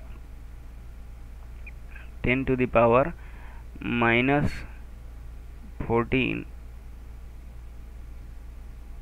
10⁻⁻14 ये ना बहुत छोटा, बहुत ही छोटा क्या हुआ, 10⁻⁻14 का मतलब, अब देखो 10⁻⁻3 जो है वो मिलीमीटर होता है, तो मिलीमीटर ही कितना छोटा होता है। ठीक है, एक धागे की जितनी मोटाई होती है उतना मोटा मिलीमीटर होता है। ये कह रहा है 10⁻⁻14, 10⁻⁻14 मतलब धागे को भी 1 करोड़ बार बांटो, और फिर उसको 1 करोड़ बांटो, 1 करोड़ बार बांटोगे तब जाके तुमको, नहीं, धागे को 1 करोड़ बार बांटो और उसको फिर 1000 बार, 1 करोड़वें हिस्से को फिर 1000 बार बांटोगे, तो वो जो धागा का हिस्सा आएगा उसको कहेंगे 10⁻⁻14। तो इसी से तुम सोच सकते हो कि मतलब ना कितनी छोटी चीज़ के बारे में हम लोग बात कर रहे हैं। तो कहता है कि तो जब हम लोग पढ़ते हैं तो 10⁻⁻14 से भी छोटी चीज़ों के बारे में भी पढ़ते हैं, मतलब 10⁻⁻15 के भी बारे में पढ़ते हैं। तो वो चीज़ें क्या क्या हैं, तो वो चीज़ें हैं इलेक्ट्रॉन्स हैं, प्रोटॉन्स हैं, जिनका साइज़ जो होता है वो 10⁻⁻14 के रेंज में होता है, 10⁻⁻14 के रेंज में होता है। और दूसरी तरफ क्या है कि at the other end it deals with astronomical phenomena at a scale of galaxies. अब देखो गैलेक्सीज कितनी बड़ी होती हैं, जिसमें ना ये हम लोगों का सोलर सिस्टम है, वैसे वैसे हजारों लाखों सोलर सिस्टम्स हैं उसमें। ठीक है, तो उनका साइज भी अजब होता है। जैसे उनका साइज अब क्या है, तो उनका साइज होता है 10⁻26 के रेंज में, 10⁻26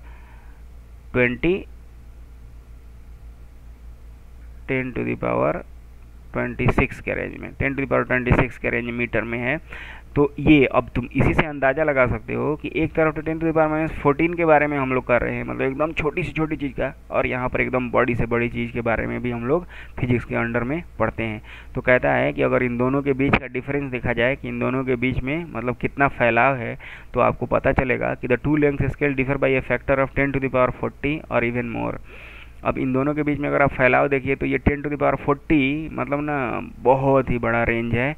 इतना बड़ा रेंज की चीज़ों को, इतनी छोटी से लेके उतनी बड़ी चीज़ों के बीच में जितनी भी चीज़ें, उन सारी चीज़ों के बारे में हम लोग फिज़िक्स में पढ़ेंगे। और क्या ही मज़े की बात है कि ना एक मतलब ना एक फिज़िक्स अगर आप पढ़ लें तो 10⁻⁻14 के साइज से लेकर के 10⁻26 के साइज, 10⁻26 के साइज तक की चीज़ों के बारे में आप बता सकते हैं कि ये कैसे हो रहा है, ये कैसे चल रहा है।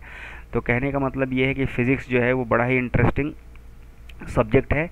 बस बात यह है कि ना आप ध्यान से पढ़ाई करें। फिर कहता है कि the range of time scales can be obtained by dividing the length scales by the speed of light. ठीक है, the range of time scales, अब टाइम स्केल अगर आपको निकालना हो तो वो आराम से हम लोग निकाल सकते हैं। तो कहता है कि स्पीड ऑफ लाइट से डिवाइड कर दीजिए लेंथ में, तो हमको टाइम मतलब ना टाइम स्केल मिल जाएगा कि कितना सेकंड से लेके कितना सेकंड के स्कोप के बारे में पढ़ना है। तो कोई घटना अगर 10⁻22 सेकंड में होती है, मतलब ना अब इसी सोच लो 1 सेकंड कितना छोटा होता है और 10⁻22 सेकंड कितना छोटा होगा। ठीक है। 10⁻22 सेकंड का मतलब हुआ कि 1 सेकंड का करोड़वां भाग, फिर उसका करोड़वां भाग, ठीक है। एक मतलब 1 सेकंड के 1 करोड़वें भाग का करोड़वां भाग का हजारवां भाग, ये हुआ आपका, तो बहुत ही छोटा हुआ। उसी तरह से 10⁻18 सेकंड का मतलब हुआ कि मतलब ना जैसे एक बार अगर देखा जाए तो एक दिन में कितना मिनट होता है, एक दिन में मतलब ना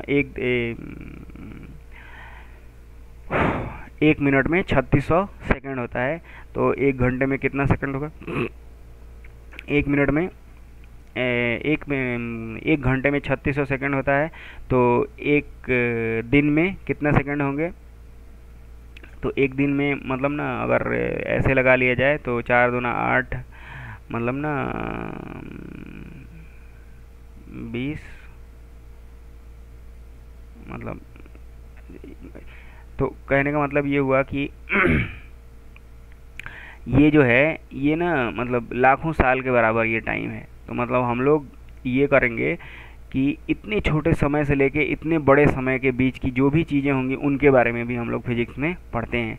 फिर कहता है कि range of mass goes from 10⁻30 kg 10⁻−30, मतलब ना जैसे इलेक्ट्रॉन का वेट जो होता है वो बहुत कम होता है, तो उस वेट से लेकर के और बड़े से बड़े वेट के बारे में भी हम लोग पढ़ेंगे फिजिक्स के अंदर। तो ये इसका मतलब लेंथ के टाइप में क्या स्कोप हुआ उसका, टाइम के रेस्पेक्ट में क्या स्कोप है इसका, और उसी तरह से मास के मतलब ना रेस्पेक्ट में क्या स्कोप है इसका। तो ये सारी चीज़ें पढ़ेंगे। और 10⁻55 mass of non observable in universe, जो हमारा यूनिवर्स है जिसको हम लोगों ने अभी तक ऑब्जर्व किया है, तो उसका मास जो है वो 10⁻55 kg है। मतलब इस पूरी दुनिया का मास जो है वो 10⁻55 kg है। उसके बाद कहता है कि terrestrial phenomena lie somewhere in the middle of this range. अब यही ना, अब ये समझने वाली बात है कि टेरेस्ट्रियल फेनोमेना क्या होता है, ठीक है। एक तो मतलब ना ये एक ना दो एंड पॉइंट्स हैं, एक ना 10⁻14 का पॉइंट है, एक 10⁻26 का पॉइंट है। तो ये एक दोनों एक्सट्रीम है, एक ना माइक्रोस्कोपिक फेनोमेना है, एक मैक्रोस्कोपिक फेनोमेना है, और इन दोनों के बीच में जो फेनोमेना आता है उसको क्या कहते हैं, टेरेस्ट्रियल फेनोमेना, उसको क्या कहते हैं। तो ये भी बात समझने लायक है कि टेरेस्ट्रियल फेनोमेना किस चीज़ को कहते हैं, कि इन दोनों चीज़ों के बीच में जो फेनोमेना आता है उसको टेरेस्ट्रियल फेनोमेना कहते हैं। तो उसके बाद कहता है कि physics is exciting in many ways, कहता है कि फिजिक्स जो है, अब एक और डोमेन ना के बारे में थोड़ा सा सुन लो कि एक तो माइक्रोस्कोपिक हो गया, एक माइक्रोस्कोपिक हो गया, उसके बाद एक टेरेस्ट्रियल फेनोमेना हो गया। अब एक और नई ना फिज़िक्स का एक और ब्रांच, मतलब ना अभी जो जिसमें बहुत ज़्यादा रिसर्च चल रहा है उसको कहते हैं मेसोफिज़िक्स, ठीक है। और उसमें एटम्स, बेसिकली एटम्स के बारे में पढ़ते हैं, ठीक है। Dealing with few tens of 100 of atoms and emerge exciting field of research, तो उसको कहते हैं मेसोस्कोपिक फिजिक्स, मेसोस्कोपिक फिजिक्स। तो कहता है कि physics is exciting in many ways. Physics जो है, एक्साइटिंग का मतलब है कि फिजिक्स जो है वो बड़ा ही मज़ेदार है, बड़ी ही मतलब ना आपको उद्वेलित कर देने वाला है। तो और बहुत तरीके से ये मतलब ना मज़ेदार है, आपके अंदर ना जिज्ञासा को बढ़ाता है। कैसे? To some people the excitement come from the elegance and universality of its basic theories. अब देखो, अब कभी कभी ना तुमको इतना मज़ा आएगा देख के कि एक छोटी सी थ्योरी है और वो ना बहुत सारी घटनाओं को एक साथ बता दे रही है। So to some people, the excitement comes from the elegance and universality of its basic theories. From the fact that a few basic concepts and laws can explain phenomena covering a large range of magnitude of physical quantities.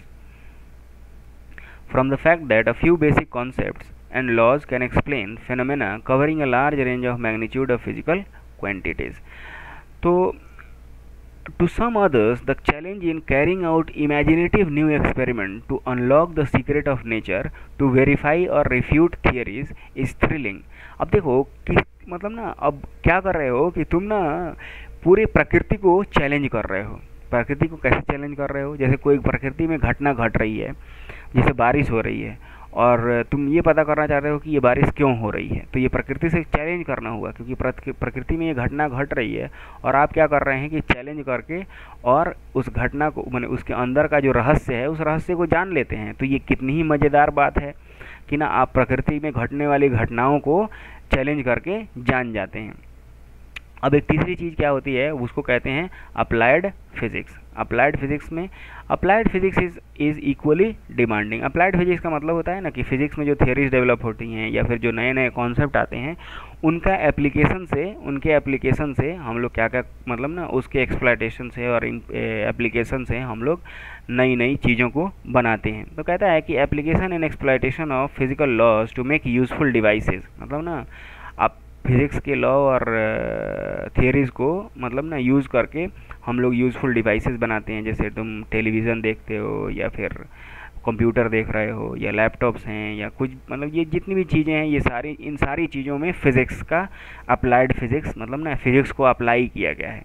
Applied physics का मतलब हुआ जहाँ पर physics apply हुआ हो, तो उससे ना बहुत ही इंटरेस्टिंग मतलब ना चीज़ें बन पाती हैं। ठीक है, and exciting part and requires great ingenuity and persistence of it. अब ये चीज़ें ना इतनी आसान नहीं है, मतलब फिजिक्स की थ्योरी जानने से आप लैपटॉप नहीं बना सकते हैं। आपको क्या करना पड़ेगा, बहुत ही ध्यान दे के और मतलब ना अपना पूरा इंटेलिजेंस यूज करके फिर नई नई चीज़ों को बनाना होगा। तो ये भी एक समझने वाली बात है। तो ये ना एक इसका मीनिंग देख लेना कि इंजेन्युइटी का मीनिंग क्या होता है। तो यहाँ तक तो हम लोगों ने स्कोप के बारे में पढ़ा कि स्कोप क्या होता है। अब हम लोग ये देखेंगे कि हाइपोथेसिस क्या होता है, एक्सियम क्या होता है और मॉडल्स क्या होते हैं। ठीक है, तो मतलब ना ये भी समझने वाली बात है कि फिज़िक्स में भी हाइपोथेसिस का यूज़ किया जाता है, एक्सियम्स का यूज़ किया जाता है, मॉडल्स का यूज़ किया जाता है। तो कहता है कि one should not think that everything can be proved with physics and mathematics. All physics and also mathematics is based on assumptions, each of which is variously called a hypothesis or axiom or postulate etc. कहता है कि physics और mathematics को भी physics और मतलब ना सारी चीज़ें ऐसा कभी नहीं समझना चाहिए ना कि सारी चीज़ों को हम लोग प्रूव कर सकते हैं यूजिंग फिजिक्स एंड मैथमेटिक्स। ठीक है, मतलब ना सारी फिजिक्स या मैथमेटिक्स जो है वो बेस्ड है कुछ ना बेसिक एजम्पशंस हैं, मतलब ना एज्यूम किया, शुरुआत के लोगों ने कुछ चीज़ें एज्यूम की और उस एज्यूम करने मतलब ना उस एजम्पशंस को कभी कभी क्या कहते हैं, उन्हीं एजम्पशंस को क्या कहते हैं, हाइपोथेसिस कहते हैं। हाइपोथेसिस कहते हैं या एक्सियम कहते हैं, चाहे पोस्टुलेट कहते हैं। ठीक है, तो कहता है कि for example the universal law of gravitation proposed by Newton is an assumption और हाइपोथेसिस। अब क्या है कि अगर आप यूनिवर्सल लॉ ऑफ ग्रेविटेशन देखें तो न्यूटन ना जैसे जो प्रचलित कथा है तो उस कथा के हिसाब से कहता है कि न्यूटन जो है वो अपने बाग में बैठा हुआ था और बाग में बैठा हुआ था, एप्पल गिरा तो वो ये सोचने लगा कि ये एप्पल नीचे ही क्यों आया, और उसके बाद से उसने एज्यूम किया कि अगर ये नीचे आ रहा है तो इसका मतलब ना जो नीचे पृथ्वी है वो उसको ऊपर से खींचती है। तो उसने ये एज्यूम किया। ठीक है, उसके पास कोई तरीका नहीं था ये बात बताने का कि ये चीज़ जो है मतलब ना अर्थ जो है कैसे इसको वेरीफाई करोगे कि अर्थ नीचे खींच ही रही है। हो सकता है कोई और भी बात हो। बात आपको समझ में आ रही है कि नहीं? लेकिन ये तो इस तरह की चीज़ों को क्या कहते हैं, एजम्पशन कहते हैं। तो न्यूटन ने ये एज्यूम किया। न्यूटन ने क्या एज्यूम किया, या उसकी ये एक हाइपोथेसिस थी कि जब एप्पल पेड़ से नीचे गिरा तो उसको पृथ्वी ने अपनी ओर खींचा। तो और ये उसने अपने इंटेलिजेंस से किया। उसने कोई उसके पास ना ही तो कोई प्रूफ था और ना ही इसका कोई मतलब ना कोई इसको प्रूव नहीं कर सकता था। Before him, there were several observations, experiment and data on the motion of planets around the sun, motion of moon around the earth, pendulums, bodies falling towards the earth, etc. Each of these required a separate explanation, which was more or less qualitative. What the universal law of gravitation says is that if we assume that any two bodies in the universe attract each other with a force proportional to the product of their masses and inversely proportional to the square of the distance between them, then we can explain all these observations in one stroke. It not only explains this phenomena, it also allows us to predict the result of future experiment. तो यहाँ पर ये हुआ कि यहाँ पर अब ये था कि पहले मतलब ना न्यूटन से पहले भी क्या होता कि लोगों को ये पता था कि पेंडुलम जो है वो कैसे मतलब ना दोलन मतलब ना कैसे वो पीरियोडिक मोशन में रहता है, चाहे चीज़ें जो हैं वो नीचे ही गिरती हैं, और लोगों ने अपने अपने ख्यालात के हिसाब से, अपने अपने इमेजिनेशन के हिसाब से थ्योरीज बनाई हुई थी। लेकिन न्यूटन ने क्या किया कि इन सारी चीज़ों को एक जगह करके और कहा कि ये मतलब ना ये ग्रेविटेशन लॉ जो है ये सारी चीज़ों के बारे में बता सकता है, ठीक है, ये सारी चीज़ों के बारे में बता सकता है। और उसने इस एजम्पशन को अप्लाई किया बाकी सारी चीज़ों पर, और उसने सारी चीज़ों के बारे में सही सही बताया अपने लॉ से। इसलिए इस हाइपोथेसिस का उस वक्त कोई प्रूफ तो नहीं था, लेकिन उसने इस हाइपोथेसिस से क्या किया कि ये बताया कि ये इन सारी चीज़ों को हम लोग इससे एक्सप्लेन कर सकते हैं। ठीक है, तो आपको हाइपोथेसिस समझ में आ गया कि हाइपोथेसिस या एक्सियम किसको कहते हैं। ठीक है, उसके बाद कहता है कि hypothesis is a supposition. Hypothesis क्या है कि hypothesis is a supposition without assuming that it is true, without assuming that it is true. It would not be fair to ask anybody to prove the universal law of gravitation because it cannot be proved. It can be verified and substantiated by experiments and observations. तो कहता है कि hypothesis जो है वो एक तरह का मतलब ना एक तरह का प्रस्ताव है, ठीक है, एक तरह का प्रस्ताव है जिसमें इसकी गारंटी नहीं है कि वो सही है या गलत है। ठीक है, और अगर आप ना किसी से कहें कि आपने मुझे यूनिवर्सल लॉ ऑफ ग्रेविटेशन जो है वो प्रूव करके दिखाइए, तो ये वो नहीं कर सकता है। ठीक है, हाँ, इसको वेरीफाई किया जा सकता है। आप ना ये कह सकते हैं कि चूँकि देखो मतलब ना अगर अट्रैक्शन नहीं है, जैसे पेड़ से फल गिरता है और ज़मीन पर गिरता है, और इन दोनों के बीच में अगर अट्रैक्शन नहीं है तो वो कैसे यहाँ पर आता है, और इसको हम लोग और सारे एक्सपेरिमेंट करके और ऑब्जर्वेशन से क्या कर सकते हैं, मतलब ना इस आर्गूमेंट को हम लोग बिल्ड कर सकते हैं, सब्सटेंशिएट कर सकते हैं, लेकिन कोई प्रूव नहीं कर सकता है इसको। आई बात समझ में? ठीक है, ये क्या है, एक तरह का प्रोपोजिशन है, एक तरह का हाइपोथेसिस है। ठीक है, उसके बाद कहता है कि an axiom is self evident truth while a model is theory propose to explain observed phenomena. अब कहता है कि एक्सियम क्या होता है, एक्सियम जो होता है वो सेल्फ एविडेंट ट्रूथ होता है। ठीक है, सेल्फ एविडेंट ट्रूथ होता है। सेल्फ एविडेंट ट्रूथ के बारे में क्या होती है बात कि ना मतलब वो खुद ही से एक सच्चाई है, मतलब ना एक्सियम जो होता है वो खुद में एक सच्चाई है। जैसे पैरेलल लाइंस, दो पैरेलल लाइंस एक दूसरे से नहीं मिलती हैं, ठीक है, तो ये क्या है, एक तरह का मतलब जैसे एक्सियम जो होता है वो सेल्फ एविडेंट ट्रूथ होता है। और मॉडल क्या होता है, मॉडल जो है, model is a theory propose to explain. Model क्या होता है कि एक थियोरी होती है, एक थियोरी दी जाती है। जैसे मान लीजिए कोई फेनोमेना, जो कोई घटना है उसका ऑब्जर्वेशन किया गया, और उस ऑब्जर्वेशन के बाद से उसको कैसे मतलब ना उसको कैसे थियोरी में कन्वर्ट किया जाए, तो उसकी मॉडलिंग की जाती है। तो उसको मतलब ना जो हमको नया थियोरी मिलता है उसको क्या कहते हैं, model. But you need not worry at this stage about the nuances in using this sentences. तो मतलब ना इसके लिए आपको टेंशन नहीं लेना है कि एक्सियम क्या होगा, हाइपोथेसिस क्या होगा, क्योंकि आगे हम लोग इसके बारे में अच्छे से समझेंगे कि मतलब ना एक्सियम क्या होता है, थियोरी मतलब ना हाइपोथेसिस क्या होता है, या फिर मॉडल क्या होता है। लेकिन बेसिक अंडरस्टैंडिंग तो आपको हो गई होगी। Next year you will learn about Bohr model of hydrogen atom. Bohr model of hydrogen atom क्या है, तो इन विच बोर एज्यूम दैट, अब बोर ने एजम्पशन किया, बोर ने जब हाइड्रोजन मॉडल दिया तो इसीलिए उसको ना पोस्टुलेट कहते हैं या हाइपोथेसिस ऑफ पोस्टुलेट्स कहते हैं, कि बोर ने एज्यूम किया कि electron in the hydrogen atoms follow certain rules, certain postulates, और इसको पोस्टुलेट कहते हैं। कि बोर ने कहा कि हाइड्रोजन के अंदर जो इलेक्ट्रॉन है वो कुछ रूल को फॉलो करता है, और उसके पास उसकी कोई मतलब ना प्रूफ नहीं था, उसने बस एज्यूम किया। लेकिन ये एजम्पशन भी उसने ऐसे ही नहीं किया था, ये एजम्पशन उसने ऐसे ही नहीं किया था। उसके पास ना बहुत सारी डेटा थी, उसने उस डेटा को देखा, और डेटा देख के उसको समझ में आया कि अगर इन सारी चीज़ों को ऐसे होना है तो इसके लिए ये चीज़ें होनी चाहिए। ठीक है, जैसे हम लोग क्या एज्यूम करते हैं कि अगर मान लीजिए कि अगर आप 10 घंटा पढ़ेंगे तो आप डॉक्टर बन जाएंगे, तो ये मेरा एजम्पशन है। इसको प्रूव तो नहीं किया जा सकता है कि आप एकदम बन ही जाएंगे डॉक्टर, लेकिन ये मेरा एजम्पशन है। और ये एजम्पशन किस चीज़ पर बेस्ड है कि पहले के जितने लड़कों ने 10 घंटा पढ़ाई किया है वो सारे लोग डॉक्टर बन गए।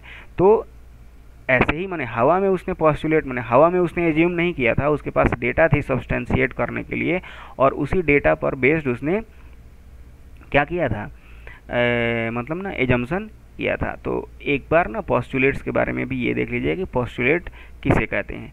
Y did he do that? There was a large amount of spectroscopic data before him which no other theory could explain. तो क्या था कि बोर जो था, नील्स बोर जो था, तो उसने देखा कि बहुत सारा जो स्पेक्ट्रोस्कोपी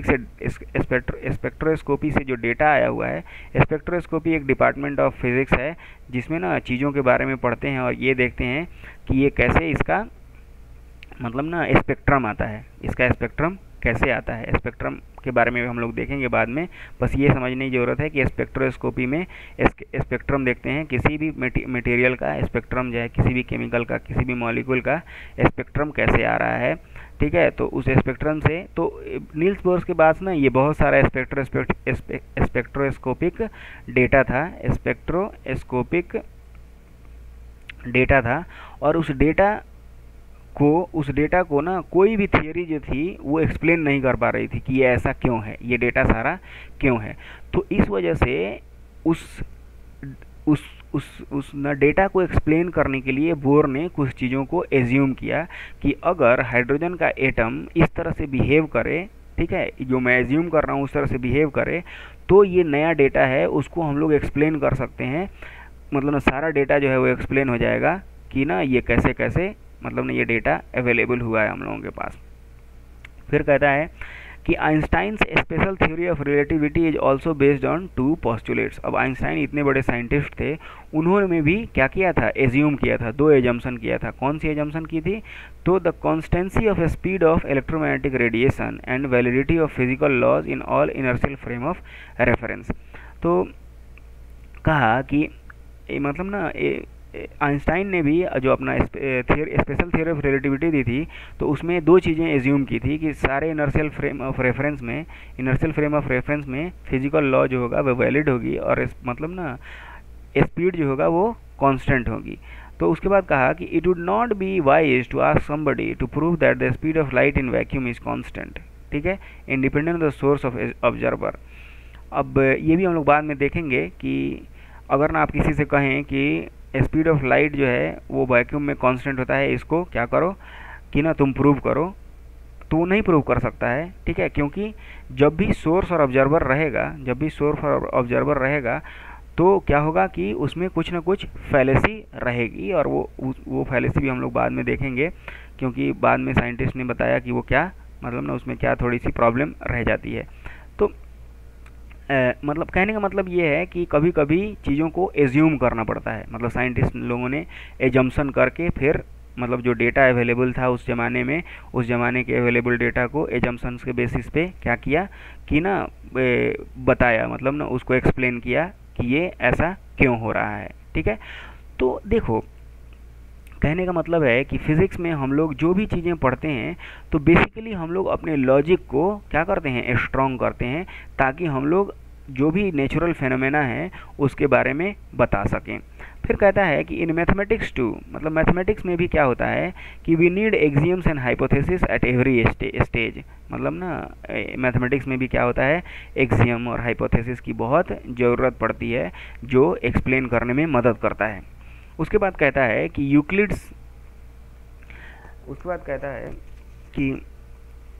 जैसे Euclid statement that parallel lines never meet is a hypothesis. Euclid का ये स्टेटमेंट कि पैरेलल लाइन जो है वो दोनों आपस में नहीं मिलती हैं, ये क्या है, एक तरह का हाइपोथेसिस है। हाइपोथेसिस मतलब ना उसने ये मान लिया कि पैरेलल लाइंस मतलब कैसे सिद्ध करो ये पैरेलल लाइंस नहीं मिलती हैं एक दूसरे से, नहीं सिद्ध हो सकता है। वो तो यूक्लिड्स ने पहली बार इसको माना था कि पैरेलल लाइंस मिल ही नहीं सकती हैं, मतलब ना पैरेलल लाइंस जो हैं वो कहीं नहीं मिल सकती हैं। तो क्योंकि जो अभी हम लोग ना ज्योमेट्री देखते हैं तो इस ज्योमेट्री को कहते हैं यूक्लिडियन ज्योमेट्री, तो उसमें पैरेलल लाइंस के बारे में पढ़ना रहता है। तो पैरेलल लाइंस को यूक्लिड ने कहा था कि पैरेलल लाइंस नेवर मीट। तो ये पैरेलल लाइंस नेवर मीट जो है ये क्या है, एक तरह की हाइपोथेसिस है। This means that if we assume this statement we can explain several properties of a straight line and 2 और 3 dimensional figures made out of them. लेकिन इस हाइपोथेसिस से फ़ायदा ये हुआ कि अगर हम लोग इस बात को मान लें कि ना पैरेलल लाइंस एक दूसरे से नहीं मिलती हैं, तो उसके बाद से ना हमारे सामने एक बहुत ही बड़ा क्षेत्र खुल जाता है, जो क्षेत्र क्या करता है, स्ट्रेट लाइन के सारे प्रॉपर्टीज़ को और 3 डायमेंशनल फिगर्स के सारे प्रॉपर्टीज़ को क्या करता है, आसानी से हम लोग एक्सप्लेन कर सकते हैं। But if you don't assume it you are free to use a different axiom.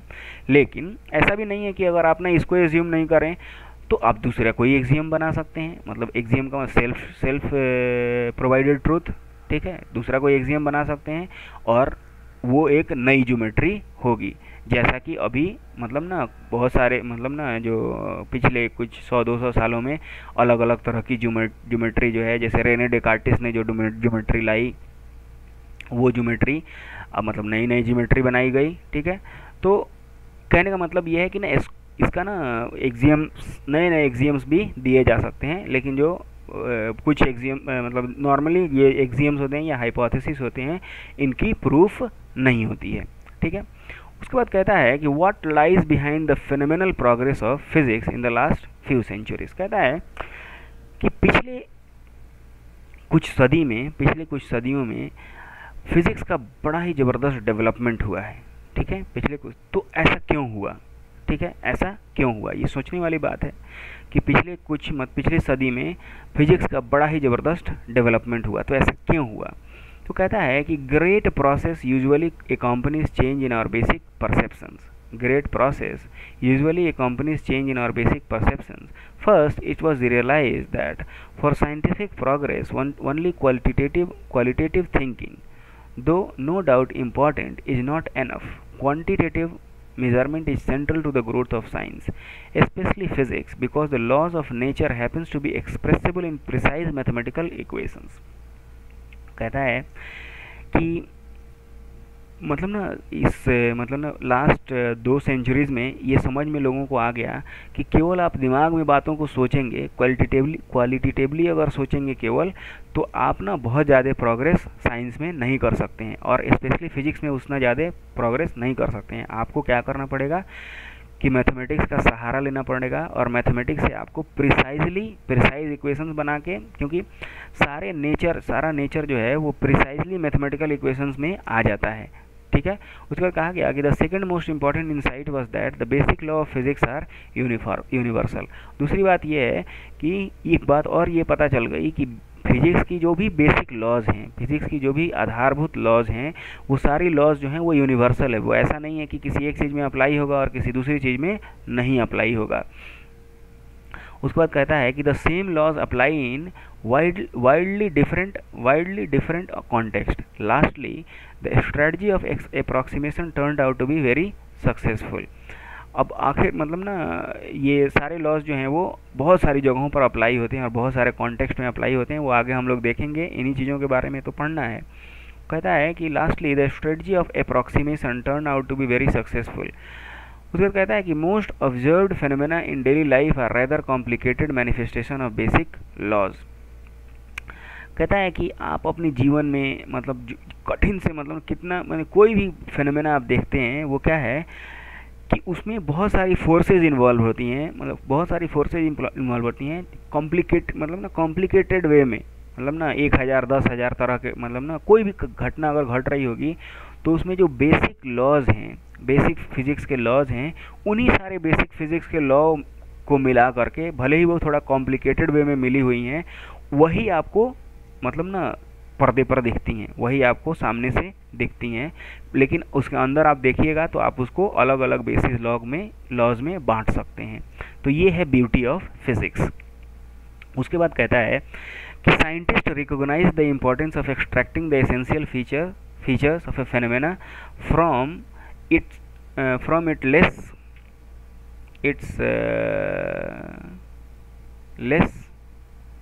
less significant aspects.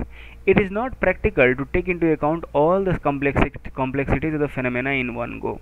अब एक और बात ध्यान देने ध्यान देने लायक है कि ना जब आप किसी फिजिकल फिनोमेना के बारे में सोच रहे हो, जब किसी फिजिकल फिनोमेना के बारे में अंडरस्टैंड करने की कोशिश कर रहे हो, तो एक ही बार ना सारी कॉम्प्लेक्सिटीज़ को मत ले लीजिए। जैसे हम लोग जब मतलब ना जैसे जैसे ना कोई गाड़ी चल रही है, तो हम लोग जब वो चल रही है तो जैसे एयर रेसिस्टेंस को नेग्लेक्ट कर देते हैं कि एयर रेसिस्टेंस से कोई फ़र्क नहीं पड़ रहा है, ठीक है। लेकिन ओरिजिनली तो एयर रेसिस्टेंस भी है, लेकिन हम लोग उसको मतलब अकाउंट में नहीं लेते हैं, क्योंकि अगर सारी कॉम्प्लेक्सिटीज़ को एक बार ले लिया जाएगा तो प्रॉब्लम को सॉल्व करना बहुत मुश्किल हो जाएगा। तो इस बात का भी ख्याल रखना है। तो इसलिए ये प्रैक्टिकल नहीं है कि ना सारी कॉम्प्लेक्सिटीज़ को एक साथ लिया ले, कितना लिया जाए कॉम्प्लेक्सिटीज़ को, जो निगलेक्ट करने लायक है उसको निगलेक्ट कर दिया जाए और जो लेने लायक है उसको ले लिया जाए। अब ये भी डिपेंड करता है कि कैसी कैसी कॉम्प्लेक्सिटीज़ को निगलेक्ट किया जाता है और कैसी कॉम्प्लेक्सिटीज़ को रखा जाता है। कहता है कि a good strategy is to focus first on the essential features, ठीक है। तो है ना कि स्ट्रेटजी ये होनी चाहिए आपकी कि आप फोकस कीजिए कि एसेंशियल फीचर्स उस फेनोमेना के क्या हैं, माने जो कोई घटना घट रही हैं उसमें जो सबसे ज़रूरी बातें हैं वो क्या हैं, एसेंशियल फीचर्स जो हैं वो क्या हैं। Discover the basic principles and then introduce corrections to build the more refined theory of phenomena. तो जैसे जो कोई घटना घट रही है तो सबसे पहले उसकी बेसिक फीचर्स पर ध्यान देते हैं कि ये कैसे हो रही है, उसके बाद से अपने मतलब ना जो आप बेसिक प्रिंसिपल आपको मिले उसको ना उसमें उसको आप सही माने करेक्ट करते जाइए और अपनी थ्योरी को माने थ्योरी में सुधार लेते जाइए। आखिर में आपकी थ्योरी जो है, आपकी जो थियरी है उस पर्टिकुलर प्रॉब्लम के बारे में वो एकदम से मतलब ना अच्छे से समझ में आ जाएगी। जैसे शुरू में मान लीजिए कि आप ना देख रहे हैं कि गाड़ी कितनी तेज़ चल रही है, तो आप शुरू में एयर के रेसिस्टेंस को निगलेक्ट कर दिए, ठीक है, एयर के रेसिस्टेंस को निगलेक्ट कर दिया, तो एयर के रेसिस्टेंस को निगलेक्ट कर दिया। लेकिन मान लीजिए अगर आप फरारी कार बना रहे हैं तो उसमें आप एयर के रेसिस्टेंस को निगलेक्ट नहीं कर सकते हैं, क्योंकि वहाँ वो बहुत तेज़ चलती है और एयर का रेसिस्टेंस जो है वहाँ पर नेग्लिजिबल नहीं हो सकता है, तो आप एयर के रेसिस्टेंस को भी उसमें डाल देते हैं। फिर से एयर ड्रैग होता है, एयर ड्रैग को भी मतलब ना वो भी डालना पड़ेगा कि अगर एयर का मतलब ना ये है चाहे मतलब ना और सारी जो भी कॉम्प्लेक्सिटीज़ हम लोग आगे देखेंगे। तो ये देखना होता है ना कि कहाँ पर आपको अपना दिमाग अप्लाई करना रहता है कि कहाँ पर कौन सी चीज़ का एप्लीकेशन करना है और कहाँ पर किस चीज़ का एप्लीकेशन नहीं करना है, और वो हम लोग आगे जब हम लोग प्रॉब्लम सॉल्व करेंगे तो वो सारी चीज़ें हम लोगों को समझ में आएंगी। लेकिन जब आप सोच रहे होते हैं तो सोचते वक्त ना अपने आप को सबसे पहले किस चीज़ पर ध्यान देना है, बेसिक फीचर्स पर ध्यान देना है। उसके बाद से तब आप अपने बेसिक जो आपको अगर प्रिंसिपल्स पता चल गए तो उसके बाद से आप ना उसमें अलग अलग एंगल से अलग अलग कॉन्टेक्स्ट में उसको सोच के और अपने थियरी को रिफाइन कर सकते हैं। फिर कहता है कि for example a stone and a feather, कहता है कि a stone and a feather, feather का मतलब होता है पंख, जो मतलब ना किसी भी इसका पंख होता है तो उसको फेदर कहते हैं। कहता है कि for example a stone and a feather dropped from the same height do not reach the ground eight the same time. कहता है कि एक ना पत्थर और एक फेदर दोनों को एक साथ गिराया गया, मतलब ना किसी ऊंचाई से, तो किसी ऊंचाई से गिराया गया, वो जब ज़मीन पर आते हैं तो दोनों एक समय पर नहीं आते हैं। तो ऐसा क्यों होता है, ठीक है, होना तो ये चाहिए, ग्रेविटेशनल लॉ ये कहता है कि दोनों एक साथ आने चाहिए, ठीक है। तो कहता है कि the reason is that the essential aspect of the phenomena namely free fall under gravity is complicated by the presence of air resistance. तो ये ऐसा इसलिए होता है कि ग्रेविटी जो है, ग्रेविटी किस चीज़ के बारे में कहती है, ग्रेविटी कहती है कि फ्री फॉल होना चाहिए, ठीक है, मतलब एयर का रेसिस्टेंस नहीं रहेगा तो फ्री फॉल होगा। तो यहाँ पर कॉम्प्लिकेशन किस लिए बढ़ गया है, एयर के रेसिस्टेंस की वजह से कॉम्प्लिकेशन बढ़ गया, और एयर के रेसिस्टेंस की वजह से फेदर पर तो असर पड़ रहा है, मतलब ना मुर्गी के पंख पर चाहे चिड़िया के पंख पर असर तो पड़ रहा है, लेकिन गेंद चूँकि इतना भारी है कि उस पर असर नहीं पड़ रहा है। तो लॉ में कोई प्रॉब्लम नहीं है, प्रॉब्लम किस में है, कॉम्प्लिकेशन में प्रॉब्लम है। To get the law of the free fall under gravity it is better to create a situation where in the air resistance is negligible. अब अगर आपको मतलब ना free fall under gravity achieve करना है तो आपको क्या करना पड़ेगा, रेसिस्टेंस ऑफ एयर को नेग्लिजिबल करना होगा। So we can for example let the stone and the feather fall through a long evacuated tube. अब हम क्या करेंगे कि एक ना खाली इवैक्यूएटेड ट्यूब के अंदर से हवा निकाल के और उसमें से गेंद और फेदर दोनों को गिराएंगे। In that case the two objects will fall almost at the same rate, giving the basic law that acceleration due to gravity is independent of the mass of the object. With the basic law thus found, we can go back to the feather, introduce corrections due to air resistance, modify the existing theory and try to build a more realistic theory of objects falling to the earth under gravity। तो इस तरह से क्या हुआ कि हम लोगों ने अपने मतलब ना जो थियरी थी उसमें सुधार कर लिया कि ग्रेविटेशनल लॉ जो है वो एयर मतलब रेसिस्टेंस में नहीं लगता है। वो कहाँ लगता है, मतलब एयर रेसिस्टेंस में भी लगता है लेकिन उसकी वजह से डिज़ायर्ड रिजल्ट नहीं आएगा। अगर हम लोग एयर रेसिस्टेंस हटा देंगे तो डिज़ायर्ड रिजल्ट आएगा। अब हम लोग ये जानने की कोशिश करेंगे कि फिज़िक्स, टेक्नोलॉजी और सोसाइटी, मतलब फिज़िक्स क्या है, फिज़िक्स का टेक्नोलॉजी और सोसाइटी पर क्या असर पड़ता है, फिज़िक्स का टेक्नोलॉजी और सोसाइटी पर क्या असर पड़ता है। तो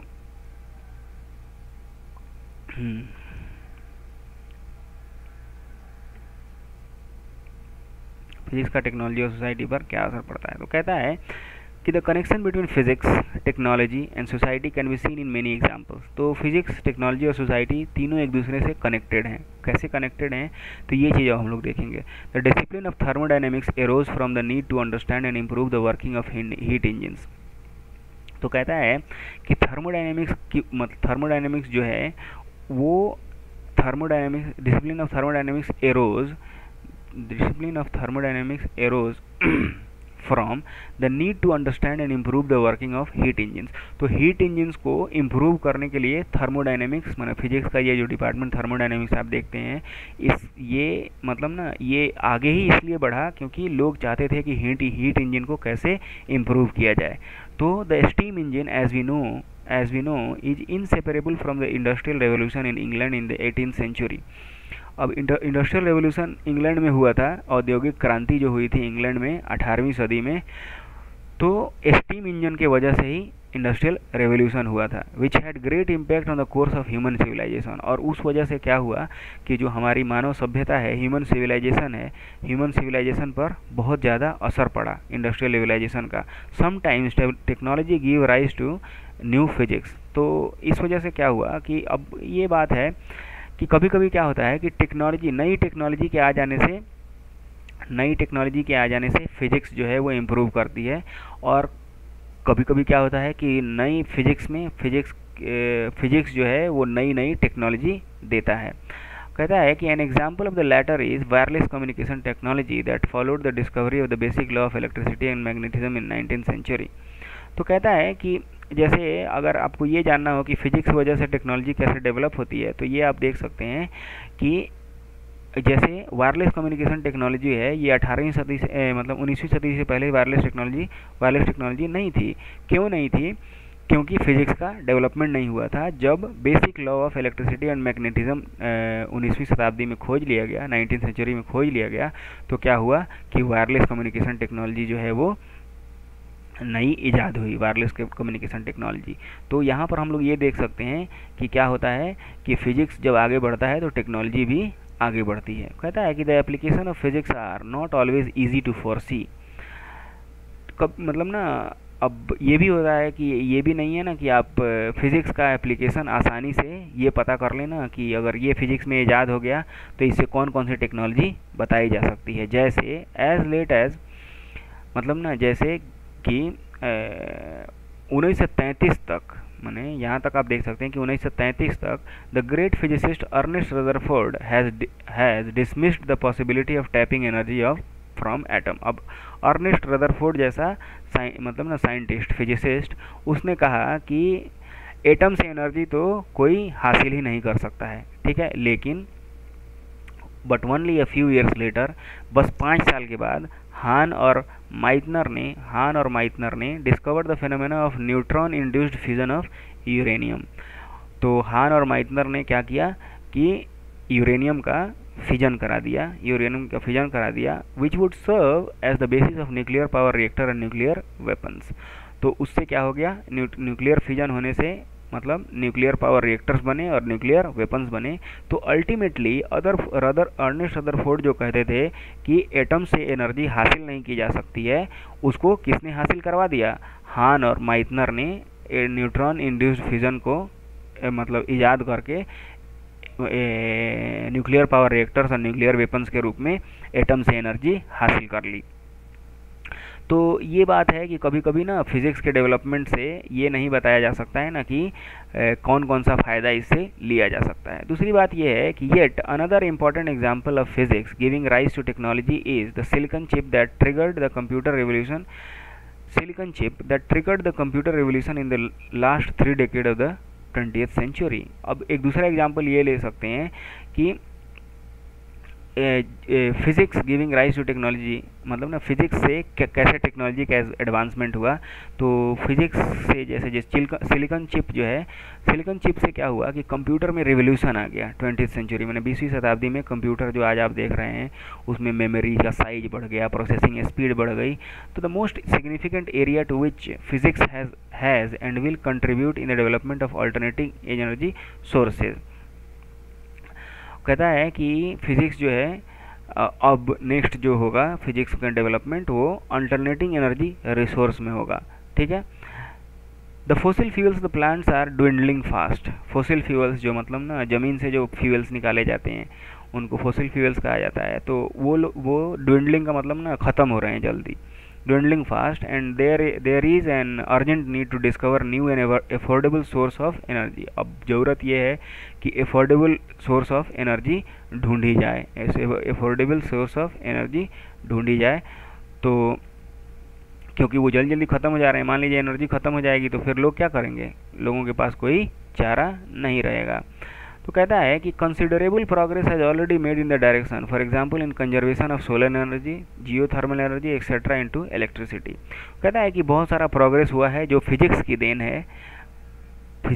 है, जैसे कंजर्वेशन ऑफ सोलर एनर्जी कर सकते हैं, जैसे सोलर पैनल जो बनता है तो सोलर पैनल में कंजर्वेशन ऑफ सोलर एनर्जी करते हैं और जियोथर्मल एनर्जी को कभी कंजर्व करते हैं। ठीक है, तीसरी चीज़ है इलेक्ट्रिसिटी, और मतलब ना इन सारी चीज़ों को किस चीज़ में कंजर्व करते हैं, इलेक्ट्रिसिटी में।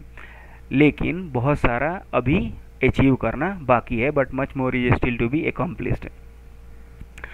कहता है कि कुछ मतलब टेबल 1.1 में list some of the great physicist, their major contribution and the country of origin. You will appreciate from this table the multi cultural international character of the scientific endeavours. अब आप ये भी देख सकते हैं ना कि ऐसी बात नहीं है ना कि केवल अमेरिका के लोग या इंग्लैंड के लोग रिसर्च करते हैं। जब आप देखेंगे उस लिस्ट में तो सारे देशों के लोग रिसर्च करते हैं और उन लोगों ने साइंस में योगदान दिया। ठीक है, तो ये क्या है, इंटरनेशनल साइंस जो है वो अब एक इंटरनेशनल इंटरप्राइज है और सारे लोग मिलके खोज करते हैं। उसके बाद कह रहा है table 1.2 list some important technologies and the principle of physics they are based on. अब टेबल 1.2 में हम लोग ये देखेंगे कि इम्पॉर्टेंट टेक्नोलॉजीज़ क्या हैं और वो फिजिक्स के किस प्रिंसिपल पर बेस्ड हैं। ठीक है, तो मतलब हम लोग फिजिक्स जो पढ़ते हैं वो केवल पढ़ने के लिए नहीं पढ़ते हैं, हमारे आसपास की जितनी भी टेक्नोलॉजीज़ जो हम लोग देख रहे हैं उसमें कहीं ना कहीं फिजिक्स जो है वो है ही। Obviously this tables are not exhaustive, मतलब ना ये टेबल्स ऐसा नहीं है ना कि बस इतना ही टेक्नोलॉजीज़ हैं और इतना ही, बहुत सारी चीज़ें हैं जो कि आपको सीखना है, जो आप देख सकते हैं। और किताब कहता है कि मतलब we urge you to try and add many names and items to this tables with the help of your teacher, good books and website on science. You will find that this exercise is very educative and also great fun and assuredly it will never end, the progress of science is unstoppable. तो किताब आपको कहता है कि आप ना अगर interested हैं तो ये फाइंड आउट कीजिए कि फिजिक्स का कहाँ कहाँ और कौन कौन टेक्नोलॉजीज़ में एप्लीकेशन हुआ है, तो इससे आपको बहुत ही नॉलेज होगा और आपके लिए ये बड़ा ही मज़ेदार होगा। क्योंकि कुछ कुछ चीज़ें ऐसी हैं कि आप देखते होंगे कि ये जादू हो रहा है, लेकिन ऐसी एक्चुअली वो जादू नहीं है, वो फिज़िक्स है। ठीक है, तो फिर कहता है कि physics is the study of nature and natural phenomena. Physics क्या है, फिज़िक्स जो है वो स्टडी ऑफ नेचर है और नेचुरल फेनोमेना है। फिज़िक्स में हम लोग क्या करते हैं, स्टडी ऑफ नेचर करते हैं और नेचुरल फेनोमेना के बारे में पढ़ते हैं। मतलब हम लोग प्रकृति के बारे में पढ़ते हैं और प्रकृति में जो घटनाएं घटती हैं उनके बारे में पढ़ते हैं।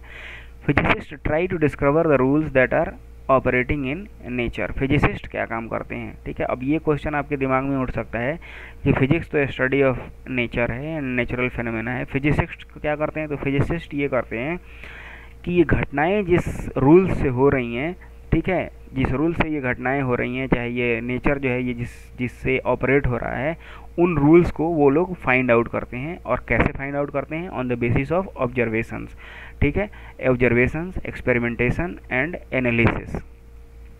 कहता है physics deals with certain basic rules laws governing the natural world, ठीक है। Physics deals with certain basic rules laws governing the natural world. What is the nature of physical laws, what is the nature of physical. अब हम लोग ये देखेंगे कि physical laws का क्या नेचर होता है। We shall now discuss the nature of fundamental forces and the laws that govern the diverse phenomena of physical world. अब हम लोग ये ट्राई करेंगे कि नेचर ऑफ फिजिकल लॉज क्या हैं और फंडामेंटल नेचर में फंडामेंटल फोर्सेस क्या क्या हैं, ठीक है। और ये फंडामेंटल फोर्सेस जो हैं ये फिजिकल वर्ल्ड को कैसे, फिजिकल वर्ल्ड के जो बहुत सारी घटनाएं घटती हैं उन घटनाओं के घटने में कैसे मदद करती हैं, ठीक है। तो ये हमारा अब गोल है, ये हमारा अब गोल है। तो सबसे पहले तो टेबल 1.1 में जो हम लोगों ने पढ़ा था कि ना फिजिसिस्ट और वो वर्ल्ड के किस पार्ट से हैं। तो जैसे आर्किमिडीज़ के बारे में आपने पढ़ा होगा, आर्किमिडीज़ ने कौन सी प्रिंसिपल दी थी, तो प्रिंसिपल ऑफ बायंसी और प्रिंसिपल ऑफ लेवर दिया था। गैलीलियो गैलीली ने क्या दिया था, लॉ ऑफ इनर्शिया दिया था, और वो रहने वाले थे इटली के। क्रिश्चियन हाइगन्स जो थे उन्होंने वेव थियोरी ऑफ लाइट दी थी और वो रहने वाले थे हॉलैंड के। आइजक न्यूटन बहुत ही इंपॉर्टेंट साइंटिस्ट, ठीक है, ये यूनिवर्सल लॉ ऑफ ग्रेविटेशनल के लिए जाने जाते हैं और इन्होंने लॉज ऑफ मोशन और रिफ्लेक्टिंग टेलीस्कोप के बारे में बताया था। और भी इन्होंने बहुत सारी चीज़ें बताई थी, लेकिन कुछ चीज़ें हम लोग यहाँ छोड़ रहे हैं for the sake of simplicity. और ये इंग्लैंड के रहने वाले थे। Michael Faraday, laws of electromagnetic induction, वो भी कहाँ के रहने वाले थे, इंग्लैंड के रहने वाले थे। James Clerk Maxwell, electromagnetic theory, light and electromagnetic wave, वो कहाँ के रहने वाले थे, वो यूके के रहने वाले थे। हेनरिक रुडोल्फ हर्ज, इन्होंने जनरेशन ऑफ इलेक्ट्रोमैग्नेटिक वेव, ये कहाँ के रहने वाले थे, तो जर्मनी के रहने वाले थे। जगदीश चंद्र बोस, जेसी बोस, जगदीश चंद्र बोस कहाँ के रहने वाले थे, तो ये इंडिया के रहने वाले थे। मतलब ये भी आप देख सकते हैं कि इंडिया में भी बहुत अच्छे अच्छे फिजिसिस्ट हुए हैं, उसमें से जिसमें जेसी बोस, जगदीश चंद्र बोस का नाम बहुत ही, उन्होंने किस चीज़ पर रिसर्च किया था, अल्ट्रा शॉर्ट रेडियो वेव पर रिसर्च किया था और उन्होंने मतलब ना कंट्रीब्यूट किया था इसमें। उसके बाद से आपने डब्ल्यू के विलियम रोएंटगेन के बारे में आपने पढ़ा होगा, एक्सरे का जिसने मतलब ना डिस्कवरी की थी और वो जर्मनी का रहने वाला था। जैसे जे टॉमसन, उसने इलेक्ट्रॉन की डिस्कवरी की थी और वो यूके का रहने वाला था। उसी तरह से मैरी स्कोल्स्का क्यूरी, मेरी क्यूरी के बारे में बहुत ही फेमस साइंटिस्ट और सी वॉज अ ग्रेट लेडी। तो इसने भी बहुत ही ज़बरदस्त मतलब ना डिस्कवरी की थी, 2 एलिमेंट्स की डिस्कवरी की थी केमिस्ट्री में, रेडियम और पोलोनियम। रेडियम और पोलोनियम दोनों की डिस्कवरी किसने की थी, मेरी क्यूरी ने।